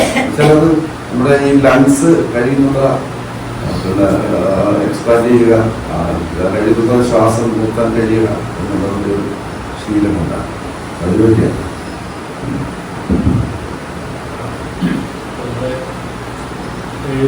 കാര്യങ്ങളൊക്കെ തന്നെ ഡിജിറ്റൽ ആർക്കൈവ്സ് ആയിട്ട് നമ്മൾ സംരക്ഷിക്കപ്പെടുന്നു. സാറുടെ ഈ യുണീക്കായിട്ടുള്ള ഈ ശബ്ദം വരും തലമുറയ്ക്ക് വേണ്ടി സൂക്ഷിച്ചു വെക്കുന്നതിന് വേണ്ടി ഇപ്പോൾ സിനിമ, നാടകം, കമന്ററി എല്ലാ രംഗത്തുമുള്ള ഈ ശബ്ദം സൂക്ഷിച്ചു വെക്കുന്നതിനുള്ള ഡിജിറ്റൽ ആർക്കൈവ്സ് എന്നുള്ള രീതിയിൽ എന്തെങ്കിലും കാര്യങ്ങൾ ആലോചിച്ചിട്ടുണ്ടെന്നാണ്. രണ്ടാമതൊരു സജഷനാണ്. ഇപ്പോൾ ആർട്ടിഫിഷ്യൽ ഇൻ്റലിജൻസ് വന്നതോടുകൂടി ലാർജ് ലാംഗ്വേജ് മോഡൽസ് ഡെവലപ്പ് ചെയ്യുന്നത്. ആ മെഷീനെയാണ് മെഷീൻ ലേണിംഗ് വഴി മുഴുവൻ കാര്യങ്ങൾ പഠിക്കുന്നത്. ഈ സാറിൻ്റെ ശബ്ദം എത്രത്തോളം യൂണിക്നെസ് ഉണ്ടെങ്കിൽ പോലും അതിൻ്റെ പരമാവധി വേരിയബിൾസ് അത് വീഡിയോസ് കണ്ട് റെക്കോർഡിങ്സ് കണ്ട് പഠിച്ച് റെക്കോർഡ് ചെയ്ത് അതേപോലെ ആവർത്തിക്കാനുള്ള സാങ്കേതിക വിദ്യകൾ ആയി കഴിഞ്ഞിട്ടുണ്ട്. ഏകദേശം ഒരു 70-80% ഇപ്പോൾ വ്യക്തമാണ്. അപ്പോൾ അത്തരത്തിലൊരു ചാൻസോ സാധ്യതയോ കിട്ടുകയാണെങ്കിൽ ഒരു ഭാവി തലമുറയ്ക്കും കാലാധിപത്യമായിട്ട് പഠിക്കാനും പ്രയോജനപ്പെടുത്താനും സംരക്ഷിക്കാനും വേണ്ട ഒരു സംവിധാനം ചെയ്യണം എന്നുള്ളത് സംരക്ഷിക്കും. ഇപ്പൊ ഈ ശബ്ദം ഡിജിറ്റലൈസ് ചെയ്ത് സൂക്ഷിക്കാൻ ഞാനൊന്നും ചെയ്തിട്ടില്ലെങ്കിലും തിരുവനന്തപുരത്തിലെ ഒരു പ്രധാനപ്പെട്ട ഒരു ചാനലുമായിട്ട് ബന്ധപ്പെട്ട അതുപോലെ ചെയ്യുന്ന ഒരാള് ഒരുപാട് ആദ്യകാലങ്ങളുള്ള ശബ്ദങ്ങളുടെ ഒരുപാട് ശേഖരം അയാൾ സംരക്ഷിച്ചു വെച്ചിട്ടുണ്ടെന്നാണ് എന്നോട് വ്യക്തിപരമായി പറഞ്ഞത്. ഞാൻ എപ്പോഴെങ്കിലും തരാം, അതിനെ സൂക്ഷിച്ചു വെച്ചിട്ടുണ്ടായിരുന്നു. കുറേയൊക്കെ ഈ ആളുകളെ ഡോക്ടറിന്റെ എടുത്തുകൊണ്ട് പോയി കഴിയുമ്പോൾ എനിക്ക് അതിന്റെ കോപ്പി അയച്ചു. പക്ഷേ ഇവിടെ എങ്ങനെയൊന്നും ഞാനത്ര ശരിയാവാൻ ഈ പറഞ്ഞൊരു കാര്യം സമീപകാലത്ത് നടന്ന ചെറിയ സംഭവങ്ങളാണ് ചോദിച്ചതുണ്ട്. എന്നെ ഒരാൾ സിദ്ധാന്തം സ്റ്റുഡിയോയിൽ അഭ്യർത്ഥിച്ചു. വേറെ ആരും ഡബ് ചെയ്ത സീനാണ്. ഒരു കോൺഫറൻസാണ് ഇംഗ്ലീഷ് ഡയലോഗൊക്കെയാണ് കോൺഫറൻസ്. ആ ഒരു സീനും അപ്പൊ എന്നോട് വേറെ ഡബ് ചെയ്താണ് ശരിയായി സാറൊന്ന് മാറ്റി ചെയ്തോ, ഞാൻ മാറ്റി ചെയ്തു. ഒരു സീനും ചെയ്യും. അത് കഴിഞ്ഞിട്ട് എന്നോട് പറഞ്ഞു അതിൻ്റെ അപ്പുറത്ത് വേറെ ഇപ്പോൾ അയാൾക്ക് വേണ്ടി കൂടി ഒന്ന് ഡബ് ചെയ്തിട്ടുള്ളതാണ്. ഞാൻ ചെയ്യാറില്ല, ഞാനത് ചെയ്യാൻ ശരിയാകത്തില്ല, അത് വേണം, അത് സാധനം ചെയ്തോളൂ, സാർ അയാൾക്കും ചെയ്തോളൂ, ഞങ്ങളത് ഇതിൽ ഏതാ നല്ലത് നോക്കി എടുത്തോളാം എന്നൊക്കെ പറഞ്ഞ് എന്നെ കവിളിച്ചു. അപ്പൊ ഞാൻ അയാൾക്ക് വേണ്ടി ചെയ്തതിന്റെ കൺസോൾ വന്നിരുന്നു. ആ ഫുൾ സീനിട്ട് കേട്ടു. അപ്പൊ ആ മറ്റേ ആളിന് വേണ്ടി എന്നെ കൊണ്ട് ഞാൻ അഭിനയിച്ചു, അത് വേറെ ആളെ അഭിനയിക്കുന്നുണ്ട്. അപ്പൊ അവരെന്നോട് പറയുന്നറിയോ, അത് സാറിന്റെ ശബ്ദം തന്നെ. ഇവരെല്ലാം മാറ്റം പറ്റിയതാണ്. എന്റെ ശബ്ദം അല്ലാതെ നടന്ന സംഭവം ഞാൻ കേൾക്കില്ല. അത് നിങ്ങളെന്തിന് അയാളോട് എന്നെ അഭിനയിച്ചു, അത് വേറെ അഭിനയിച്ചു. സാറിന്റെ ശബ്ദമാണ്. അങ്ങനെ മാറ്റാൻ പറ്റില്ല, ആദരത്തിൽ മാറുന്നുണ്ട്. പിന്നെ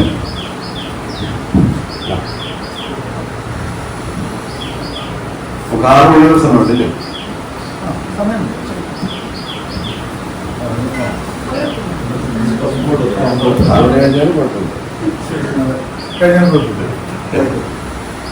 സാറിൻ്റെ ആദ്യമായിട്ട് ഒരു അനുമോദനമല്ല, എങ്കിലും ആ ശബ്ദം കേൾക്കുമ്പോൾ അദ്ദേഹത്തിൻ്റെയും കാസർഗോഡിലേക്ക് പാട്ട് കേൾക്കുമ്പോൾ ആ ഒരു ഇഫക്റ്റ് നമുക്ക് ഫീൽ ചെയ്യാറുണ്ട്.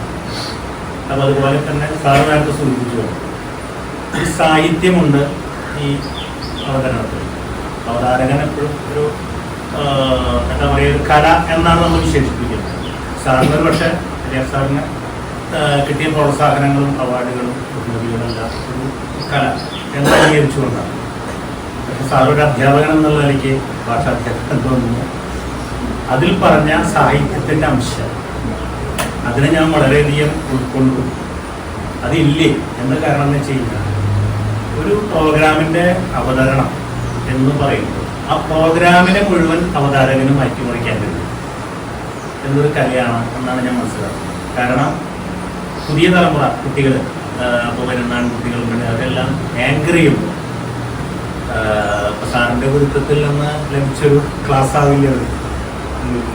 കാരണം അവർ പറയുന്നത് ഏതെങ്കിലും ഒരു സ്റ്റോറി അതിൽ നിന്നെടുത്തു അതൊന്ന് കോട്ട് ചെയ്ത് സംസാരിച്ചു. അപ്പം ഞാനും ഇടയ്ക്ക് നമുക്കൊക്കെ മറക്കുകയുണ്ട്. ആ ഒരു ശൈലിയാണ് ഇപ്പോൾ അവതരണത്തിൽ കോമ്പയറിംഗ് എന്ന് പറഞ്ഞാൽ പഠിച്ചു വെച്ചിരിക്കുന്ന കുട്ടികളല്ല. അതിൽ നിന്ന് മാറിക്കൊണ്ട് ഓഡിയൻസിനെ എങ്ങനെ സന്തോഷിപ്പിച്ചെടുക്കാം. കാരണം പ്രസംഗങ്ങൾ ധാരാളം കേട്ടിരിക്കുമ്പോൾ തന്നെ ആളുകൾ ക്ഷീണിതരാണ്. പ്രത്യേകിച്ച് കേരളീയർ, പ്രത്യേകിച്ച് തൃശ്ശൂർക്കാർ കൂടുതൽ പ്രസംഗം എന്ന് പറഞ്ഞാൽ ഒരുപാടിക്കും എത്ര നേരമായി, പിന്നെ നല്ല കലാപരിപാടി ഉണ്ടോ എന്നൊക്കെ ചോദിക്കും. അതിൽ നിന്ന് സാറിൻ്റെ അഭിപ്രായമുള്ള അവതാരകനും മാറ്റിയെടുക്കാൻ കഴിയില്ല.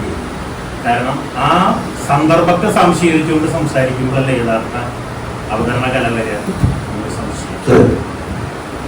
ഞാനിപ്പോ ഈ പലപ്പോഴും ചാനലുകളിൽ ജേർണലിസം കഴിഞ്ഞ കുട്ടികളെ അപ്രന്റീസായിട്ടൊക്കെ എടുത്തിട്ട് അവർക്ക് ഓറിയന്റേഷൻ കൊടുക്കുമ്പോൾ ജേർണലിസം പഠിക്കുന്ന കുട്ടികളുടെ അടുത്തൊക്കെ ക്ലാസ് എടുക്കാൻ പോകുമ്പോൾ നിരന്തരമായിട്ട് അവരോട് പറയുന്ന ഒരു കാര്യം, ഇപ്പോഴത്തെ അവതാരകരുടെ ഏറ്റവും വലിയ പ്രശ്നം എന്താണ്, പുതിയ ധാരാളം അവതാരകരും റേഡിയോ ജോക്കിമാരും ഒക്കെ വരുന്നുണ്ട്, എല്ലാ ചാനലുകളിലും കുട്ടികൾ. ഇവിടെ ഏറ്റവും വലിയ പ്രശ്നം എന്താണെന്ന് വെച്ചാൽ ഇവർക്ക് നമ്മുടെ സാംസ്കാരിക നായകന്മാരെ കുറിച്ചോ നമ്മുടെ പൈതൃകത്തെ കുറിച്ചോ ഒരു പ്രദേശത്തിന്റെ ചരിത്രപരമായ സവിശേഷതകളെ കുറിച്ചോ ഒന്നും യാതൊന്നുമില്ല. ഇപ്പോൾ ഒരാൾ മരിച്ചു കണ്ടു കഴിഞ്ഞാൽ ഇവരെ ഓടിപ്പോയി ചെയ്യുന്നതാണ് സഭ്യത്തിനെ ആശ്രയിക്കുന്ന ഒരു പ്രിന്റ് ഔട്ട് എടുക്കുമ്പോൾ അതിൽ ഉള്ള തെറ്റുകളെല്ലാം ചാനലിൽ കൊണ്ട് വിളിച്ചു പറയും. ഇതാണ് ചെയ്തുകൊണ്ടിരിക്കുന്നത്. എല്ലാം വലിയ മാസം മരിച്ചപ്പോൾ ഞാൻ ജീവിതം ഏഷ്യാനെറ്റിൽ തന്നെയാണ് എല്ലാം വലിയ മാസം വിളിച്ച റിപ്പോർട്ട് ചെയ്തത്. അദ്ദേഹത്തിന്റെ ആദ്യ പുസ്തകത്തിന്റെ പേര് ചിന്തയിലെ കുറിച്ചെന്നാണ്. ഞാൻ അപ്പം തന്നെ ചാനൽ കുറിച്ച് പറയാറ് അങ്ങനെ സംസാരിക്കരുത്. അദ്ദേഹത്തിന്റെ പുസ്തകത്തിന്റെ പേര് ചിന്തയിലെ വിളിച്ചതാണ്. ഇവർ പ്രിന്റൗട്ട് എടുത്ത് നോക്കിയപ്പോ ചിന്തയിലെ വളരെ പശ്ചാത്തലത്തിൽ ചിന്തയിലെ വിളിച്ചതാണ്. കുറച്ചുകൂടെയാണ് ചിന്തയിലെ വിളിച്ചതെന്നാണ്. എം പി ശങ്കുലിനായ റേഡിയോയിൽ കേട്ടാണ് എം പി ശങ്കുലിനായർക്ക് ഛത്രവും ചാനലും പുരസ്കാരം കിട്ടിയപ്പോൾ ഛത്രവും ചാനലും പുസ്തകത്തിന് പുരസ്കാരം കിട്ടിയ എം പി ശങ്കുലിനായർക്ക് ഡൽഹി എന്നുള്ള റേഡിയോ കേട്ടതാണ് ഛത്രവും ചാനലും. എന്താണ് ചെയ്യുന്നത്? റേഡിയോ നോക്കിമാരുടെ കഥ പറയില്ല, കേട്ടോണ്ടിരുന്നാൽ എന്തെങ്കിലും നമ്മൾ പറഞ്ഞു പോകും. ഷേക്സ്പിയറിന്റെ പ്രസിദ്ധമായ നോവലിനെ ആധാരമാക്കി മലയാളത്തിലുണ്ടായിട്ടുള്ള ഒരു സിനിമയിലെ പാട്ടാണ് നാഗൂടെ. നോവൽ പാടാൻ നിന്നാൽ മതിയായിരുന്നു. ഷേക്സ്പിയറിന്റെ കൃതിയെ ആധാരമാക്കി മലയാളത്തിലുണ്ടായിട്ടുള്ള ഒരു സിനിമയിലെ പാട്ടാണെന്ന് പറഞ്ഞെങ്കിൽ ഓക്കെ. അപ്പോ ഇയാൾ നാടകത്താണോ നോവൽ രണ്ടുമാണ്. ഇങ്ങനെ എന്തെല്ലാം മതത്തരങ്ങളാണ് ഇവർ വിളിച്ചു വരുന്നത്. അതിന് കുഴപ്പമില്ല. ഇവര് വായിക്കുന്നില്ല, ഒന്നും മനസ്സിലാക്കുന്നില്ല. ഒരു ഗ്രാജുവേറ്റ് ചെയ്യുന്നു, ജേർണലിസത്തിന്റെ ഒരു കോഴ്സ് പാസ്സാകുന്നു, പറഞ്ഞു വാഴാതെ എന്തെങ്കിലും വിളിച്ചു പറയുന്നു, ഇംഗ്ലീഷിൽ ഇതെല്ലാം ചേർക്കുന്നു. എന്തുമേന്റെ അവസരങ്ങളും എന്തുമാതിരി തെറ്റുകളുമാണ് ഓരോ ദിവസവും വിളിച്ചു പറഞ്ഞിട്ടുള്ളത്. എത്ര പറഞ്ഞാലും രക്ഷയില്ല. അതിന്റെ ഏറ്റവും വലിയ അപകടം ഭാഷ പഠിപ്പിക്കുന്ന, താഴ്ന്ന ക്ലാസ്സുകളിൽ ഭാഷ പഠിപ്പിക്കുന്ന അധ്യാപകരുടെ കുഴപ്പം തന്നെയാണ്. എന്തായാലും രക്ഷപ്പെടുത്തിയത് അധ്യാപകരുടെ പഠിപ്പിക്കുന്നതിന്റെ കുഴപ്പം തന്നെയാണ്. ഞാനൊക്കെ പഠിക്കുന്ന കാലത്ത് നല്ല അധ്യാപകരുണ്ടായിരുന്നു. മണലെഴുതി ഓലയിലെഴുതി ഞങ്ങളെ പഠിപ്പിച്ച അക്ഷരങ്ങൾ ഇത്രയും ഉറച്ചതിന് ശേഷം മാത്രമാണ്, വാക്കുകൾ കൂട്ടി എഴുതാൻ പഠിച്ചതിന് ശേഷം മാത്രമാണ് ഞങ്ങൾ സ്കൂളിൽ പോയിട്ടുള്ളത്. കുട്ടികൾ പഠിക്കുന്ന രീതിയിൽ മാറ്റം വന്നതല്ലേ? ചെറിയ സംഗതിയല്ല, ചെറിയ ഉദാഹരണമല്ല. ഞാൻ എം എ ക്ലാസ്സിൽ ബഹുമാനാശാൻ 4 പേര് പഠിപ്പിച്ചു കഴിഞ്ഞാൽ 15 കുട്ടികളുടെ എം എ ക്ലാസ്സിൽ ഞാൻ ചെയ്യുന്നത് പഠിക്കുന്നത് വായിക്കാൻ പറയും. ഓരോരുത്തരും വായിക്കാൻ പറയും. അപ്പോഴാണ് വേറെ കിടക്കുന്നത് കുഴപ്പം. അറിയത്തില്ല, വായിക്കാൻ അറിയത്തില്ല. താഴ്ന്ന ക്ലാസ്സുകളിൽ നമ്മളോട് വായിപ്പിച്ചിട്ടില്ല. വായിച്ചാൽ എവിടെയാണ് തെറ്റുവരുന്ന അധ്യാപനം നോക്കിയിട്ടില്ല. നമ്മൾ 1ാം ക്ലാസ് മുതൽ 12 പാഠപ്പെടുത്തിട്ട് എല്ലാവരും ഓരോരുത്തരും ചെയ്ത് വായിക്കുന്നതിനാണ്. അത് നമ്മളൊക്കെ കാര്യത്തിന് ഈ വാദ്യകാർക്ക് ഭക്ഷണിച്ചേട്ടാണോ നേരത്തിനായിരിക്കും നമ്മളെടുത്ത് എഴുന്നേറ്റ് വായിക്കുന്നതില്ല. അങ്ങനെയല്ല, വായിപ്പിക്കുമ്പോഴാണ് മനസ്സിലാകുന്നത് കവിത ചൊല്ലാൻ എങ്ങനെ പഠിക്കണം, എവിടെയാണ് തെറ്റ്, ഉച്ചാരണത്തിന്റെ വൈകല്യമാണ്. ഇത് പഠിക്കണമെങ്കിൽ ഇവരും ചൊല്ലുന്നത്, പാഠം ചൊല്ലുന്നത് കേൾക്കണം, ഇവർ എഴുതിക്കൊണ്ട് വരുന്നത് വായിക്കണം. എന്നാലും തിരുത്തി കൊടുക്കാൻ പറ്റും. ഇത് എഴുതിക്കുന്നില്ല, വായിപ്പിക്കുന്നില്ല. അവിടെയാണ് ഇതിന്റെ തെറ്റ് സംഭവിക്കുന്നത്. നേരെ കുറിച്ച് അവരെ കൊണ്ട് വായിപ്പിക്കുകയും അവർ എഴുതിക്കൊണ്ട് വരുന്നത് കറക്റ്റ് ചെയ്ത് കൊടുക്കുകയും ചെയ്തിരുന്നു എങ്കിൽ അവർക്ക് സംഭവിക്കില്ല. അതവർ ചെയ്യുന്നില്ല. അതാണ് ഏറ്റവും വലിയ പ്രശ്നം. ഞാൻ എപ്പോഴും പറയും, ഞങ്ങൾ എന്നെ പഠിക്കുന്ന ആൾക്കാർ ഞങ്ങളോട് അത്യാവശ്യം പറയുന്ന കാര്യങ്ങളുണ്ട്. ഒന്ന്, നിങ്ങളുടെ ഉത്തര കടലാസിൽ ഒരു അക്ഷരം തെറ്റ് കണ്ടാൽ നിങ്ങൾ മാസ്റ്റർ ഡിഗ്രിക്ക് അർഹനല്ല എന്നാണ്. നിങ്ങളുണ്ട് നിങ്ങളുടെ ഉത്തര കടലാസിൽ ഒരു വാക്യത്തിന്റെ ഘടന തെറ്റിപ്പോയാൽ നിങ്ങൾ മാസ്റ്റർ ഡിഗ്രിക്ക് അർഹനല്ല. ഇന്ന് ആ മാനദണ്ഡം വെച്ച് പേപ്പർ നോക്കിയാൽ ഒരാളും ജയിക്കത്തില്ല. ഞാൻ ഈ അടുത്ത കാലത്ത് ഹയർ സെക്കൻഡറി സ്കൂളിൽ അധ്യാപകരെ എടുക്കാൻ വേണ്ടി ഇതുവരെ എന്നെ വിളിച്ചിട്ടുണ്ട്. മാനേജ്മെന്റ് നല്ല മാനേജ്മെന്റ്, നല്ല ആളുടെ ഇന്ത്യയോടെ മാഷാരെ ശ്രദ്ധിച്ച് നമുക്ക് 2 പേരെ സംഘടിപ്പിച്ചോളാം. ഞങ്ങൾ മാനേജ്മെന്റ് 12ഓളം ആളുകളുണ്ടായിരുന്നു. PhD ഉള്ള 5 പേരുണ്ട്, MPhil ഉള്ളവരുണ്ട്, ഫസ്റ്റ് ക്ലാസ് ഉള്ളവരുണ്ടെങ്കിൽ ഈ 12 പേർക്ക് ഞാൻ കേട്ടിട്ടുണ്ട് 10 വാക്കുകൾ കൊടുത്തു. ഒരു വാക്കെങ്കിലും തെറ്റിക്കാത്ത ഒരു ഉദ്യോഗാർത്ഥി ഉണ്ടായിരുന്നു. ഞാനത് പഠിപ്പിക്കാൻ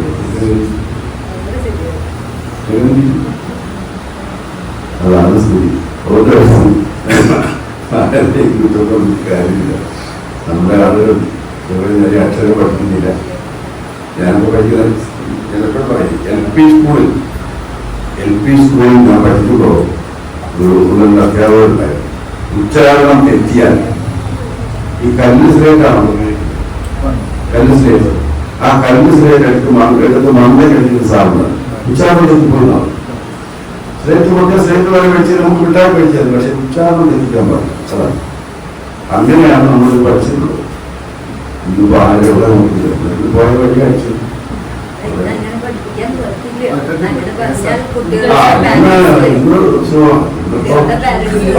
നേരെ സൂക്ഷിച്ച് നോക്കിയാൽ മതി, രക്ഷാകർത്താവിന് വരും. പണ്ട് നമ്മുടെ കാലത്ത് അങ്ങനെയല്ല. രക്ഷാകർത്താക്കൾ മാഷന്മാരെടുത്ത് പറഞ്ഞോളൂ, കാരണം ഞാൻ വീട്ടിൽ പോയി ഒരുപാട് കൈകാര്യം ചെയ്യുന്നത്.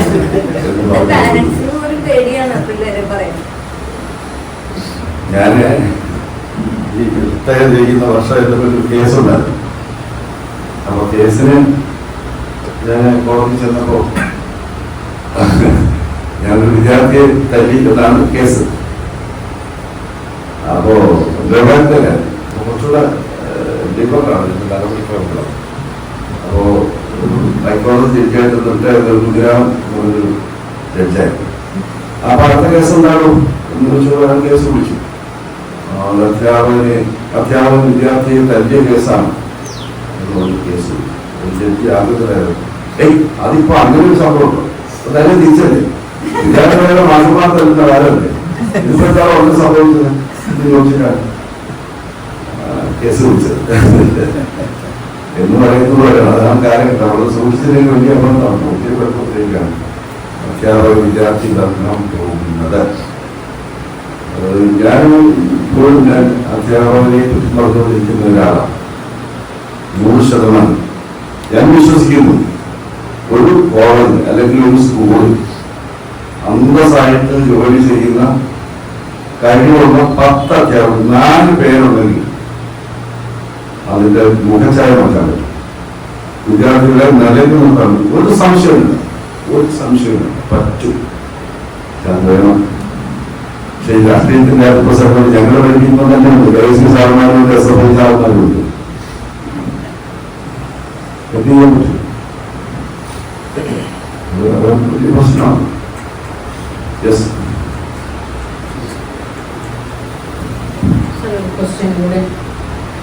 അതായത് ഇപ്പോൾ നാടകം തൊട്ട് ക്രിയേഷണൽ കാര്യങ്ങൾ ഒരുപാട് പരത്തി ചുരുക്കിയതെല്ലാം പറഞ്ഞിട്ടുണ്ട്. പക്ഷെ സാറ് പറഞ്ഞു ഒരു വ്യക്തി അല്ലെങ്കിൽ സിനിമ ഡബിങ് ചെയ്യുമ്പോൾ നടന്റെ ആ രൂപം, ശബ്ദം, ഈ 2 കാര്യങ്ങളും ആണ് ഒരാളിനെ പെട്ടെന്ന് സ്വാധീനിക്കുന്ന ഘടകങ്ങളും. അതുപോലെ തന്നെ ഞാൻ ചോദിച്ചൊരു ഇത് നല്ല ചോദിക്കാം, ഈ ഒരു ശബ്ദം കൊണ്ട് സാറിനെ ആരെങ്കിലും പ്രണയിച്ചിട്ടുണ്ട്? അപ്പൊ ആ ഒരു ശബ്ദം അല്ലേ നമുക്ക് എല്ലാവർക്കും ഒരു ആരാധന തോന്നുന്ന അദ്ദേഹത്തിനോടും അവരുടെ ശബ്ദത്തിനോടാണ്. അപ്പൊ അങ്ങനെ ഒരു ആരാധികയുടെ പ്രണയിനിയുടെ ഒരു കഥയും കൂടെ ഉണ്ടോ എന്ന് അറിയാൻ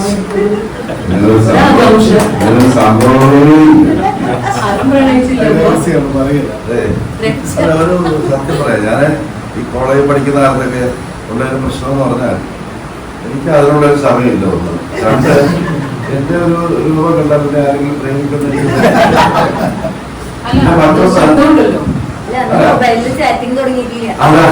ഞാൻ കോളേജിൽ അറിയപ്പെടുന്ന പാട്ടുകാരിൽ ഒരാളായിരുന്നു. ഞങ്ങൾക്ക് ഞങ്ങളുടെ വഴിയുണ്ടായിരുന്നു. എല്ലാ ക്ലാസ്സുകളിലൊക്കെ ഉച്ച സമയത്ത് എന്നെ പഠിക്കുമ്പോൾ രീതി എന്ന് പറഞ്ഞാൽ ആളെ വിളിച്ച് ഞങ്ങളുടെ ക്ലാസ്സിലാണ് അങ്ങനെ പാട്ട് പാടാൻ വിളിച്ചോണ്ട് പോകും. നമ്മൾ ആളെ വിളിച്ചു പോകും. അപ്പം അന്ന് ഉള്ള ഒരു പ്രശ്നമെന്ന് വെച്ചാൽ എങ്ങനെയെങ്കിലും തൊഴിൽ നേരെ പഠിച്ച് മാക്സിമം മാർക്ക് വാങ്ങി ജയിച്ച് തൊഴിൽ കണ്ടെത്തുക എന്നുള്ളതായിരിക്കും ആഗ്രഹം. അതുകൊണ്ട് ഈ കാര്യങ്ങളിലൊന്നും തീരെ താല്പര്യം കാര്യത്തിൽ തൊഴിലോട്ട് വന്നു കഴിഞ്ഞാൽ നമ്മൾ മൈൻഡ് ചെയ്തിട്ടുണ്ട്. പിന്നെ അത് കഴിഞ്ഞപ്പോൾ തന്നെ ഈ ജോലി കിട്ടിയപ്പോൾ തന്നെ കല്യാണം. പിന്നെ പിന്നെ പ്രണയിക്കാൻ പോയാൽ ഈ ബാങ്കിലെ സഹോദരന്മാരെല്ലാം എല്ലാം IPS പോലീസും ഒക്കെ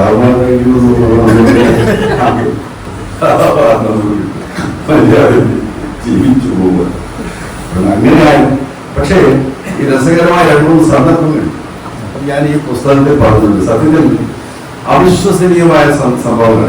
ഏറ്റവും പുതിയ പുസ്തകത്തിന്റെ പേരാണ് വിശ്വസിച്ചാലില്ലെങ്കിലും എന്നാണ് പുസ്തകത്തിലേക്ക്. അത് നിങ്ങൾ ഒരിക്കലും വിശ്വസിക്കാൻ പോകുന്നു. ഉദാഹരണത്തിന് PAP എന്നോട് പഠിച്ചൊരു സുഹൃത്ത്, ആത്മസുഹൃത്താണ്, ഭയങ്കര താമസിക്കാനാണ്. രമണൻ എന്ന് പറയുന്നത് ഭയങ്കര രസികനാണ്. ആ രസികൻ തന്റെ രസികത്വത്തിന് വേണ്ടി ഒരു കഥ ഞാനത് സൂചിപ്പിച്ചത്. ഞങ്ങൾ PAP പഠിക്കുമ്പോൾ ഈ പല ഷെഡിലാണ് ക്ലാസ്. അപ്പൊ ഇവൻ നോക്കി പറയാൻ ഫ്രണ്ടിലായിരിക്കും. അപ്പൊ 2-3 പട്ടികൾ ഈ മണലിൽ വന്ന് കഴിയുന്നു ക്ലാസ്സിനെ ശല്യം ചെയ്തു. അപ്പൊ രമണൻ ഫ്രണ്ടിലിരിക്കുന്നുണ്ട്. രമണൻ ഇറങ്ങിപ്പോയി പട്ടികളെ അയച്ചിടണം. തുപ്പാൻ പോകുന്നു എന്നുള്ള രീതിയിൽ ചമച്ച് തുപ്പി പട്ടികളെയൊക്കെ അയച്ചിടണം. അപ്പൊ സരസനായ ഒരു അധ്യാപകനാണ് വിളിക്കുന്നത്. ഞങ്ങളെയൊക്കെ 2-3 വയസ്സിന്റെ വ്യത്യാസമുണ്ട്. അപ്പൊ അങ്ങനെ ഗോപിസാറിന് പറയും. ഇവർ ക്ലാസ്സിലോട്ട് കയറി ഗോപിസാർ തമാശ പറഞ്ഞു. രമണൻ സ്വജാതി കണ്ടപ്പോൾ ഇറങ്ങി പോയി നിങ്ങളോട് സംഭാഷണം കാലത്ത് എന്തായിരുന്നു പ്രശ്നം?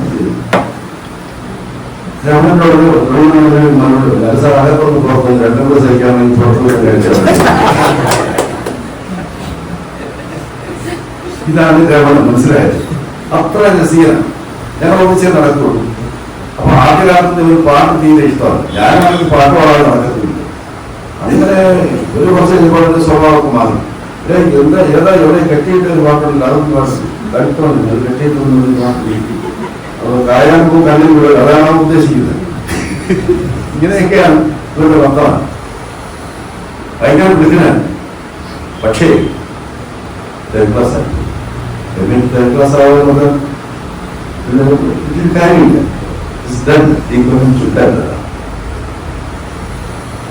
ഞാൻ പിന്നെ കണ്ടില്ല എവിടെയാണെന്ന് പിടി. സ്ഥലം അറിയാം, നീണ്ടകരയാണ്. രമൺ ജെ നീണ്ടകര എന്നാണ് ഒരു പിടിയില്ല. ഞാൻ എന്റെ മകളുടെ വിവാഹത്തിന് ഒരു കത്തയച്ചു. ഈ അഡ്രസ് എവിടെ കിട്ടാൻ ശരി.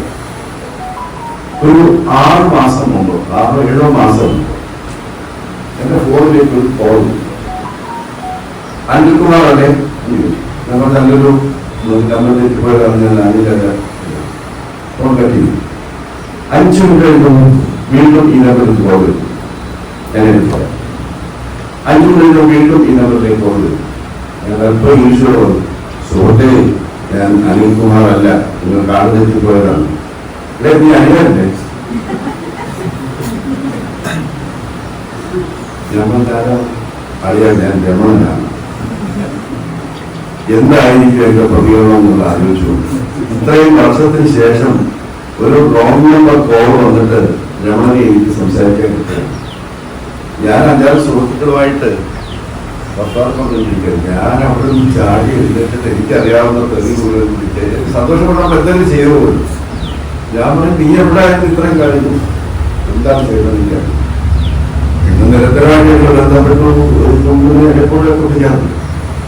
അങ്ങനെ ഒരു സംഭവം ഞാൻ ഓർത്തു. ഇതുപോലെയാണ്. ഇതുപോലെ രസകരമായിട്ടുള്ള ഒരുപാട് അനുഭവങ്ങളുണ്ട്. ഞാൻ 2-3 സന്ദർഭങ്ങൾ അതിനകത്ത് പറഞ്ഞു.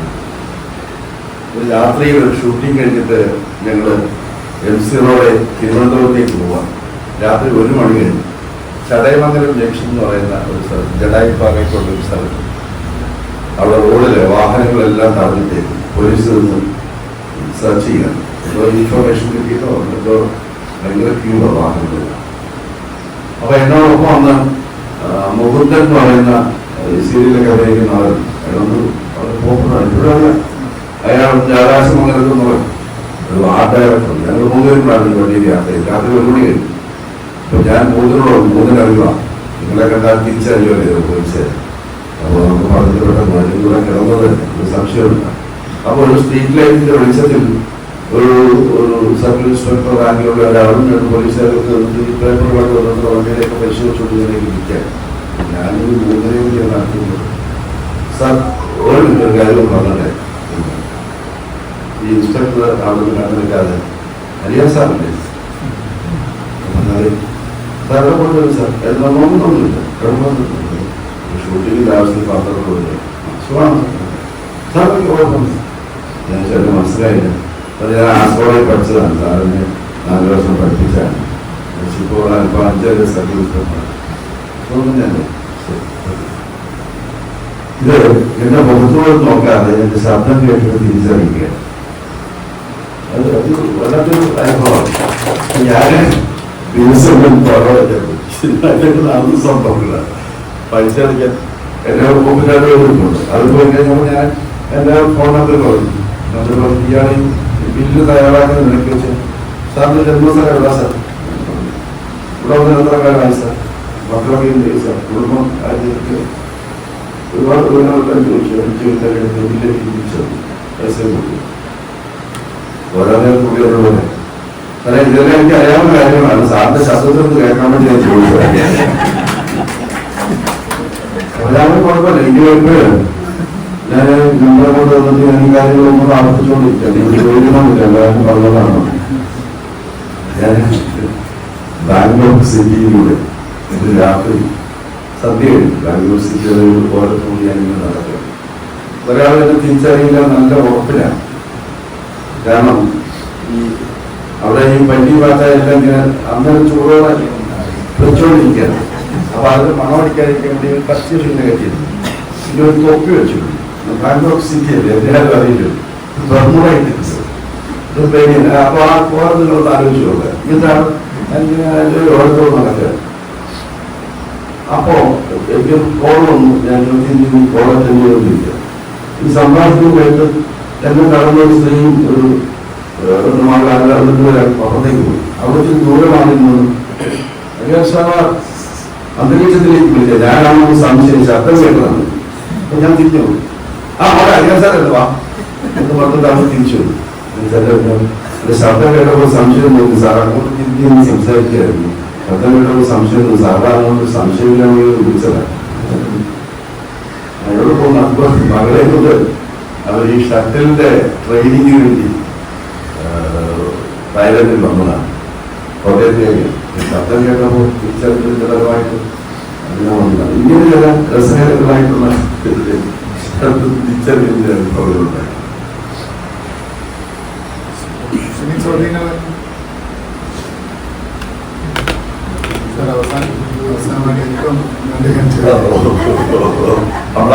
ചോദിച്ചില്ല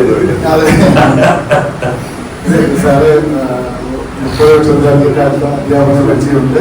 അധ്യാപകൻ എന്ന വലിയ ശിക്ഷ സമ്പത്തുണ്ട്. എല്ലാവരും ആ കഥകളൊക്കെ ധാരാളമായി കേട്ടു.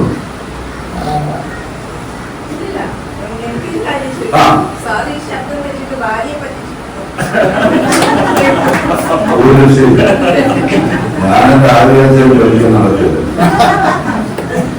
ഞാൻ എങ്ങനെയാണ് ഞാൻ മനസ്സിലാവും. എന്റെ ചോദ്യം കണക്ട് ചെയ്യുന്നതാണ് വേറെ രീതിയിൽ. പക്ഷെ ഇതാണ് അപ്പൊ അധ്യാപകൻ എന്നുള്ള രീതിയിൽ അറിയാം.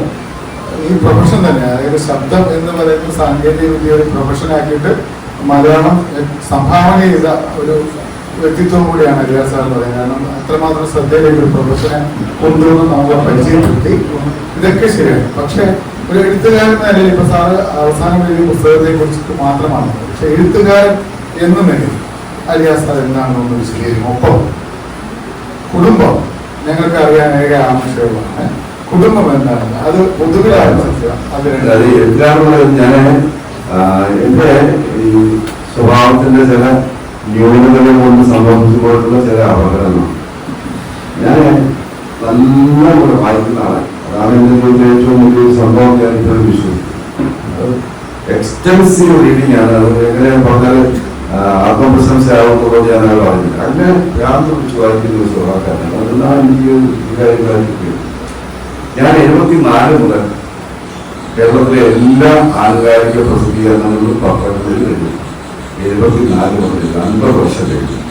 ഇതിൽ ഒരെണ്ണം പോലും ഞാൻ ഇതുവരെ സമാഹരിച്ചിട്ടില്ല. ഈ അടുത്ത കാലത്തായിട്ട് ആളെടുത്തുകൊണ്ട് സാറേ ഇങ്ങനെ കുറെ എഴുതി അവിടെ ഇരിക്കുന്നുണ്ട്, നമുക്കതെല്ലാം പ്രേരിപ്പിക്കാം എന്ന് പറഞ്ഞ് ഏതാണ്ട് കുറേയൊക്കെ കിട്ടി. അപ്പൊ ഞാൻ അതുപോലെ എഴുതുന്നുണ്ട്. ധാരാളം കഥകള്, നാടകങ്ങള്, പിന്നെ തിരക്കഥകൾ ഒക്കെ ട്രാൻസ്ലേറ്റ് ചെയ്തു. ഒരുപാട് ആന്തോണ്ടിയുടെ മൈലുകൾ, മൗനി എന്ന് പറയുന്ന കൃതിയൊക്കെ ഞാനാണ് ആദ്യമായിട്ട് മലയാളത്തിലേക്ക് ട്രാൻസ്ലേറ്റ് ചെയ്തത്. ഗിരീഷ് കർണാടക തുഗ്ലക്ക് ഞാൻ ട്രാൻസ്ലേറ്റ് ചെയ്തു. സ്നേഹഗോപാലിന്റെ സീതനാണ് ഞാൻ ട്രാൻസ്ലേറ്റ് ചെയ്തത്. അങ്ങനത്തെ ആഫ്രിക്കൻ കഥകൾ, റഷ്യൻ കഥകൾ, അങ്ങനെ ഒരുപാട് കഥകൾ ഒക്കെ ട്രാൻസ്ലേറ്റ് ചെയ്തിരുന്നു. ഇതൊന്നും സൂക്ഷിച്ചിട്ടൊന്നും ചെയ്തിട്ടില്ല. അപ്പോൾ കുറേയൊക്കെ എടുക്കുന്നു. പക്ഷെ ഇപ്പോ റിട്ടയർമെന്റിന് ശേഷം എൻ്റെ 9ാമത്തെ പുസ്തകമാണ് ഇപ്പോൾ ഏറ്റവും കൂടുതൽ. അതിന് മുമ്പ് നാട്യഗ്രഹം എന്ന് പറയുന്ന പുസ്തകം, അത് മാധ്യമം വായിച്ച ഒരു 15 ലക്കത്തിൽ തുടർച്ചയായിട്ട് വന്നതാണ്. വളരെ നല്ല പരസ്യം കൊടുത്തിരുന്നു. ബന്ധുവിന്റെ പദമൊക്കെ വെച്ചിട്ട് നല്ല പരസ്യം കൊടുത്തിട്ടുണ്ട്.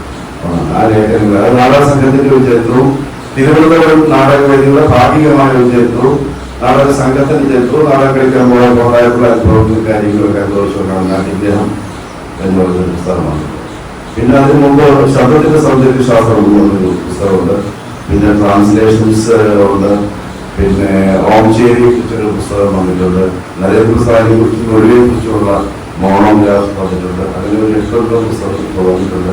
ഇനി ഏറ്റവും ഇതുകൊണ്ട് ചില സംഗതികൾ ചെയ്യാൻ ആഗ്രഹിക്കുന്നുണ്ട്. അതിലൊന്ന് അടവ് ചിത്രങ്ങളുടെ അണിയറൈ എന്ന് പറയുന്നത് കുറച്ച് ഓർമ്മക്കുറിപ്പുകളാണ്. കാരണം അദ്ദേഹത്തിന്റെ 8 ചിത്രങ്ങളിൽ ഞാൻ അഭിനയിച്ചിട്ടുണ്ട്. മിക്കവാറും പുസ്തകങ്ങളുടെ പണിയുമായിട്ട് ബന്ധപ്പെട്ട് എന്തൊക്കെ നടന്നിട്ടുണ്ട്. അപ്പോൾ അതിനെ കുറിച്ച് നമ്മൾ പുസ്തകം എഴുതണമെന്നുണ്ട്. പിന്നെ പലപ്പോഴും എഴുതിയിട്ടുള്ള ലേഖനങ്ങൾ കളക്ട് ചെയ്യണമെന്നുണ്ട്. അങ്ങനെ കുറച്ച് പഴയ ചെയ്യാൻ സമീപത്തോടുള്ള ചെയ്യണമെന്നുണ്ട്. പിന്നെ കുടുംബത്തെക്കുറിച്ച് ആൾക്കാരില്ല. പിന്നെ എൻ്റെ ഭാര്യ ആരിഫ എന്നാണ് പേര്. തിരുവനന്തപുരം യൂണിവേഴ്സിറ്റിയിലായിരുന്നു ജോലി. പ്രത്യേകം ഭാര്യതല്ല. ഭാര്യ ഞാൻ 23 വർഷമായി. ഭാര്യ 14 വർഷമായി. ഞങ്ങൾക്ക് 2 പെൺകുട്ടികളാണ്. ഞാൻ മലയാള അധ്യാപകനായതുകൊണ്ട് തന്നെ 2 പെൺകുട്ടികളും ഇംഗ്ലീഷ് സാഹിത്യം പഠിച്ചു. മലയാള അധ്യാപകനായതുകൊണ്ട് തന്നെ മാത്രം മലയാളം പഠിച്ചുകൊണ്ടായി ഞാൻ പറയുമ്പോൾ നമുക്ക് വിചാരിച്ചിട്ടുണ്ടാവാം. 2 പേരും ഇംഗ്ലീഷ് സാഹിത്യത്തിൽ വളരെ പ്രഗത്ഭമായ രീതിയിൽ പാസ്സായ ആളുകളാണ്. 2 പേരും അധ്യാപകരാണ്. 2 പേരും എന്നോട് തിരുവനന്തപുരത്തുണ്ട്. അവർ പ്രത്യേകം വീട് വെച്ച് താമസമാണെങ്കിൽ എല്ലാ ദിവസവും എന്നോടൊപ്പമാണ് താമസിക്കുന്നത്. അവർക്ക് തോന്നുമ്പോൾ ചിലപ്പോൾ അവരുടെ സൗകര്യം അവരുടെ വീട്ടിൽ പോകും. അല്ലാത്തപ്പോൾ മക്കളും കൊച്ചുമക്കളൊക്കെ ആയിട്ട് തിരുവനന്തപുരത്ത് ഞാൻ താമസിക്കുന്നത്. 2 മരുമക്കളും വിദേശത്താണ്. പക്ഷെ ഇപ്പോൾ വിദേശങ്ങളൊക്കെ നമ്മൾ ഈ പറയുന്ന പോലെയല്ല. 2 ആഴ്ച കൂടുതലൊക്കെ ആണെന്ന് വരികയും അങ്ങോട്ട് പോകുകയും അങ്ങനെ രീതിയിലാണ് തിരുവനന്തപുരത്ത് ഇതിന്റെ ഹൃദയഭാഗത്ത് തന്നെയാണ് താമസം. മസ്കറ്റ് റോഡ് വളരെ മസ്കറ്റ് റോഡ് അതൊരു 3 മിനിറ്റ് നടന്നാൽ വീട്ടിലെത്താം. അത്ര അടുത്താണ് താമസം. അത് വളരെ പണ്ട് ഭാഗ്യ സ്ഥലമായതുകൊണ്ട് അവർ സ്ഥലം കഴിക്കാൻ പറ്റി. ഇപ്പോൾ 50 ലക്ഷത്തിലുള്ള അവസരം കിട്ടും. ഇതാണ് നമ്മുടെ കുടുംബത്തിന്റെ കാര്യം.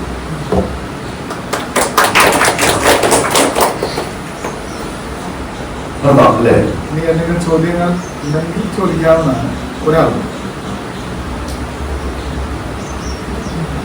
ഇല്ലാന്ന് കേട്ടു. ഭയങ്കര സന്തോഷമുണ്ട്. കാരണം ഈ ഒരു രീതി കൂടുമ്പോൾ 100, 200 പേരൊക്കെ ഇരിക്കുന്ന വലിയ സദസ്സിനെ ഉപയോഗിക്കുന്നതിനേക്കാൾ വളരെ സന്തോഷമുള്ളതാണ്. നമ്മളെ മനസ്സിലാക്കുന്ന ഒരുപക്ഷെ നമ്മളെക്കാൾ കുറച്ചുകൂടെ മിക്കവുള്ള സാഹിത്യവും കലയും എന്നൊക്കെ പറഞ്ഞാൽ എന്താണെന്ന് മനസ്സിലാവുന്ന നമുക്ക് നിങ്ങളോട് വർത്തമാനം പറയാൻ കഴിയുന്നത് ഒരു സന്തോഷം തന്നെയാണ്. പിന്നെ എനിക്ക് നമ്മളൊരു പഴയ സുഹൃത്തും അദ്ദേഹത്തിന് കുറേ കാലത്തിന് ശേഷം കഴിഞ്ഞിരിക്കും. ഇതൊക്കെയാണ് ജീവിതത്തിൽ ഏറ്റവും സുന്ദരമായ നിമിഷങ്ങൾ ഞാൻ വിചാരിക്കും. പക്ഷെ എനിക്ക് ലഭിക്കാവുന്നതിന് വലിയൊരു പിന്നെ ആദരം പോലെയാണ് ഈ മീറ്റിങ്ങിനെ കാണുന്നത്.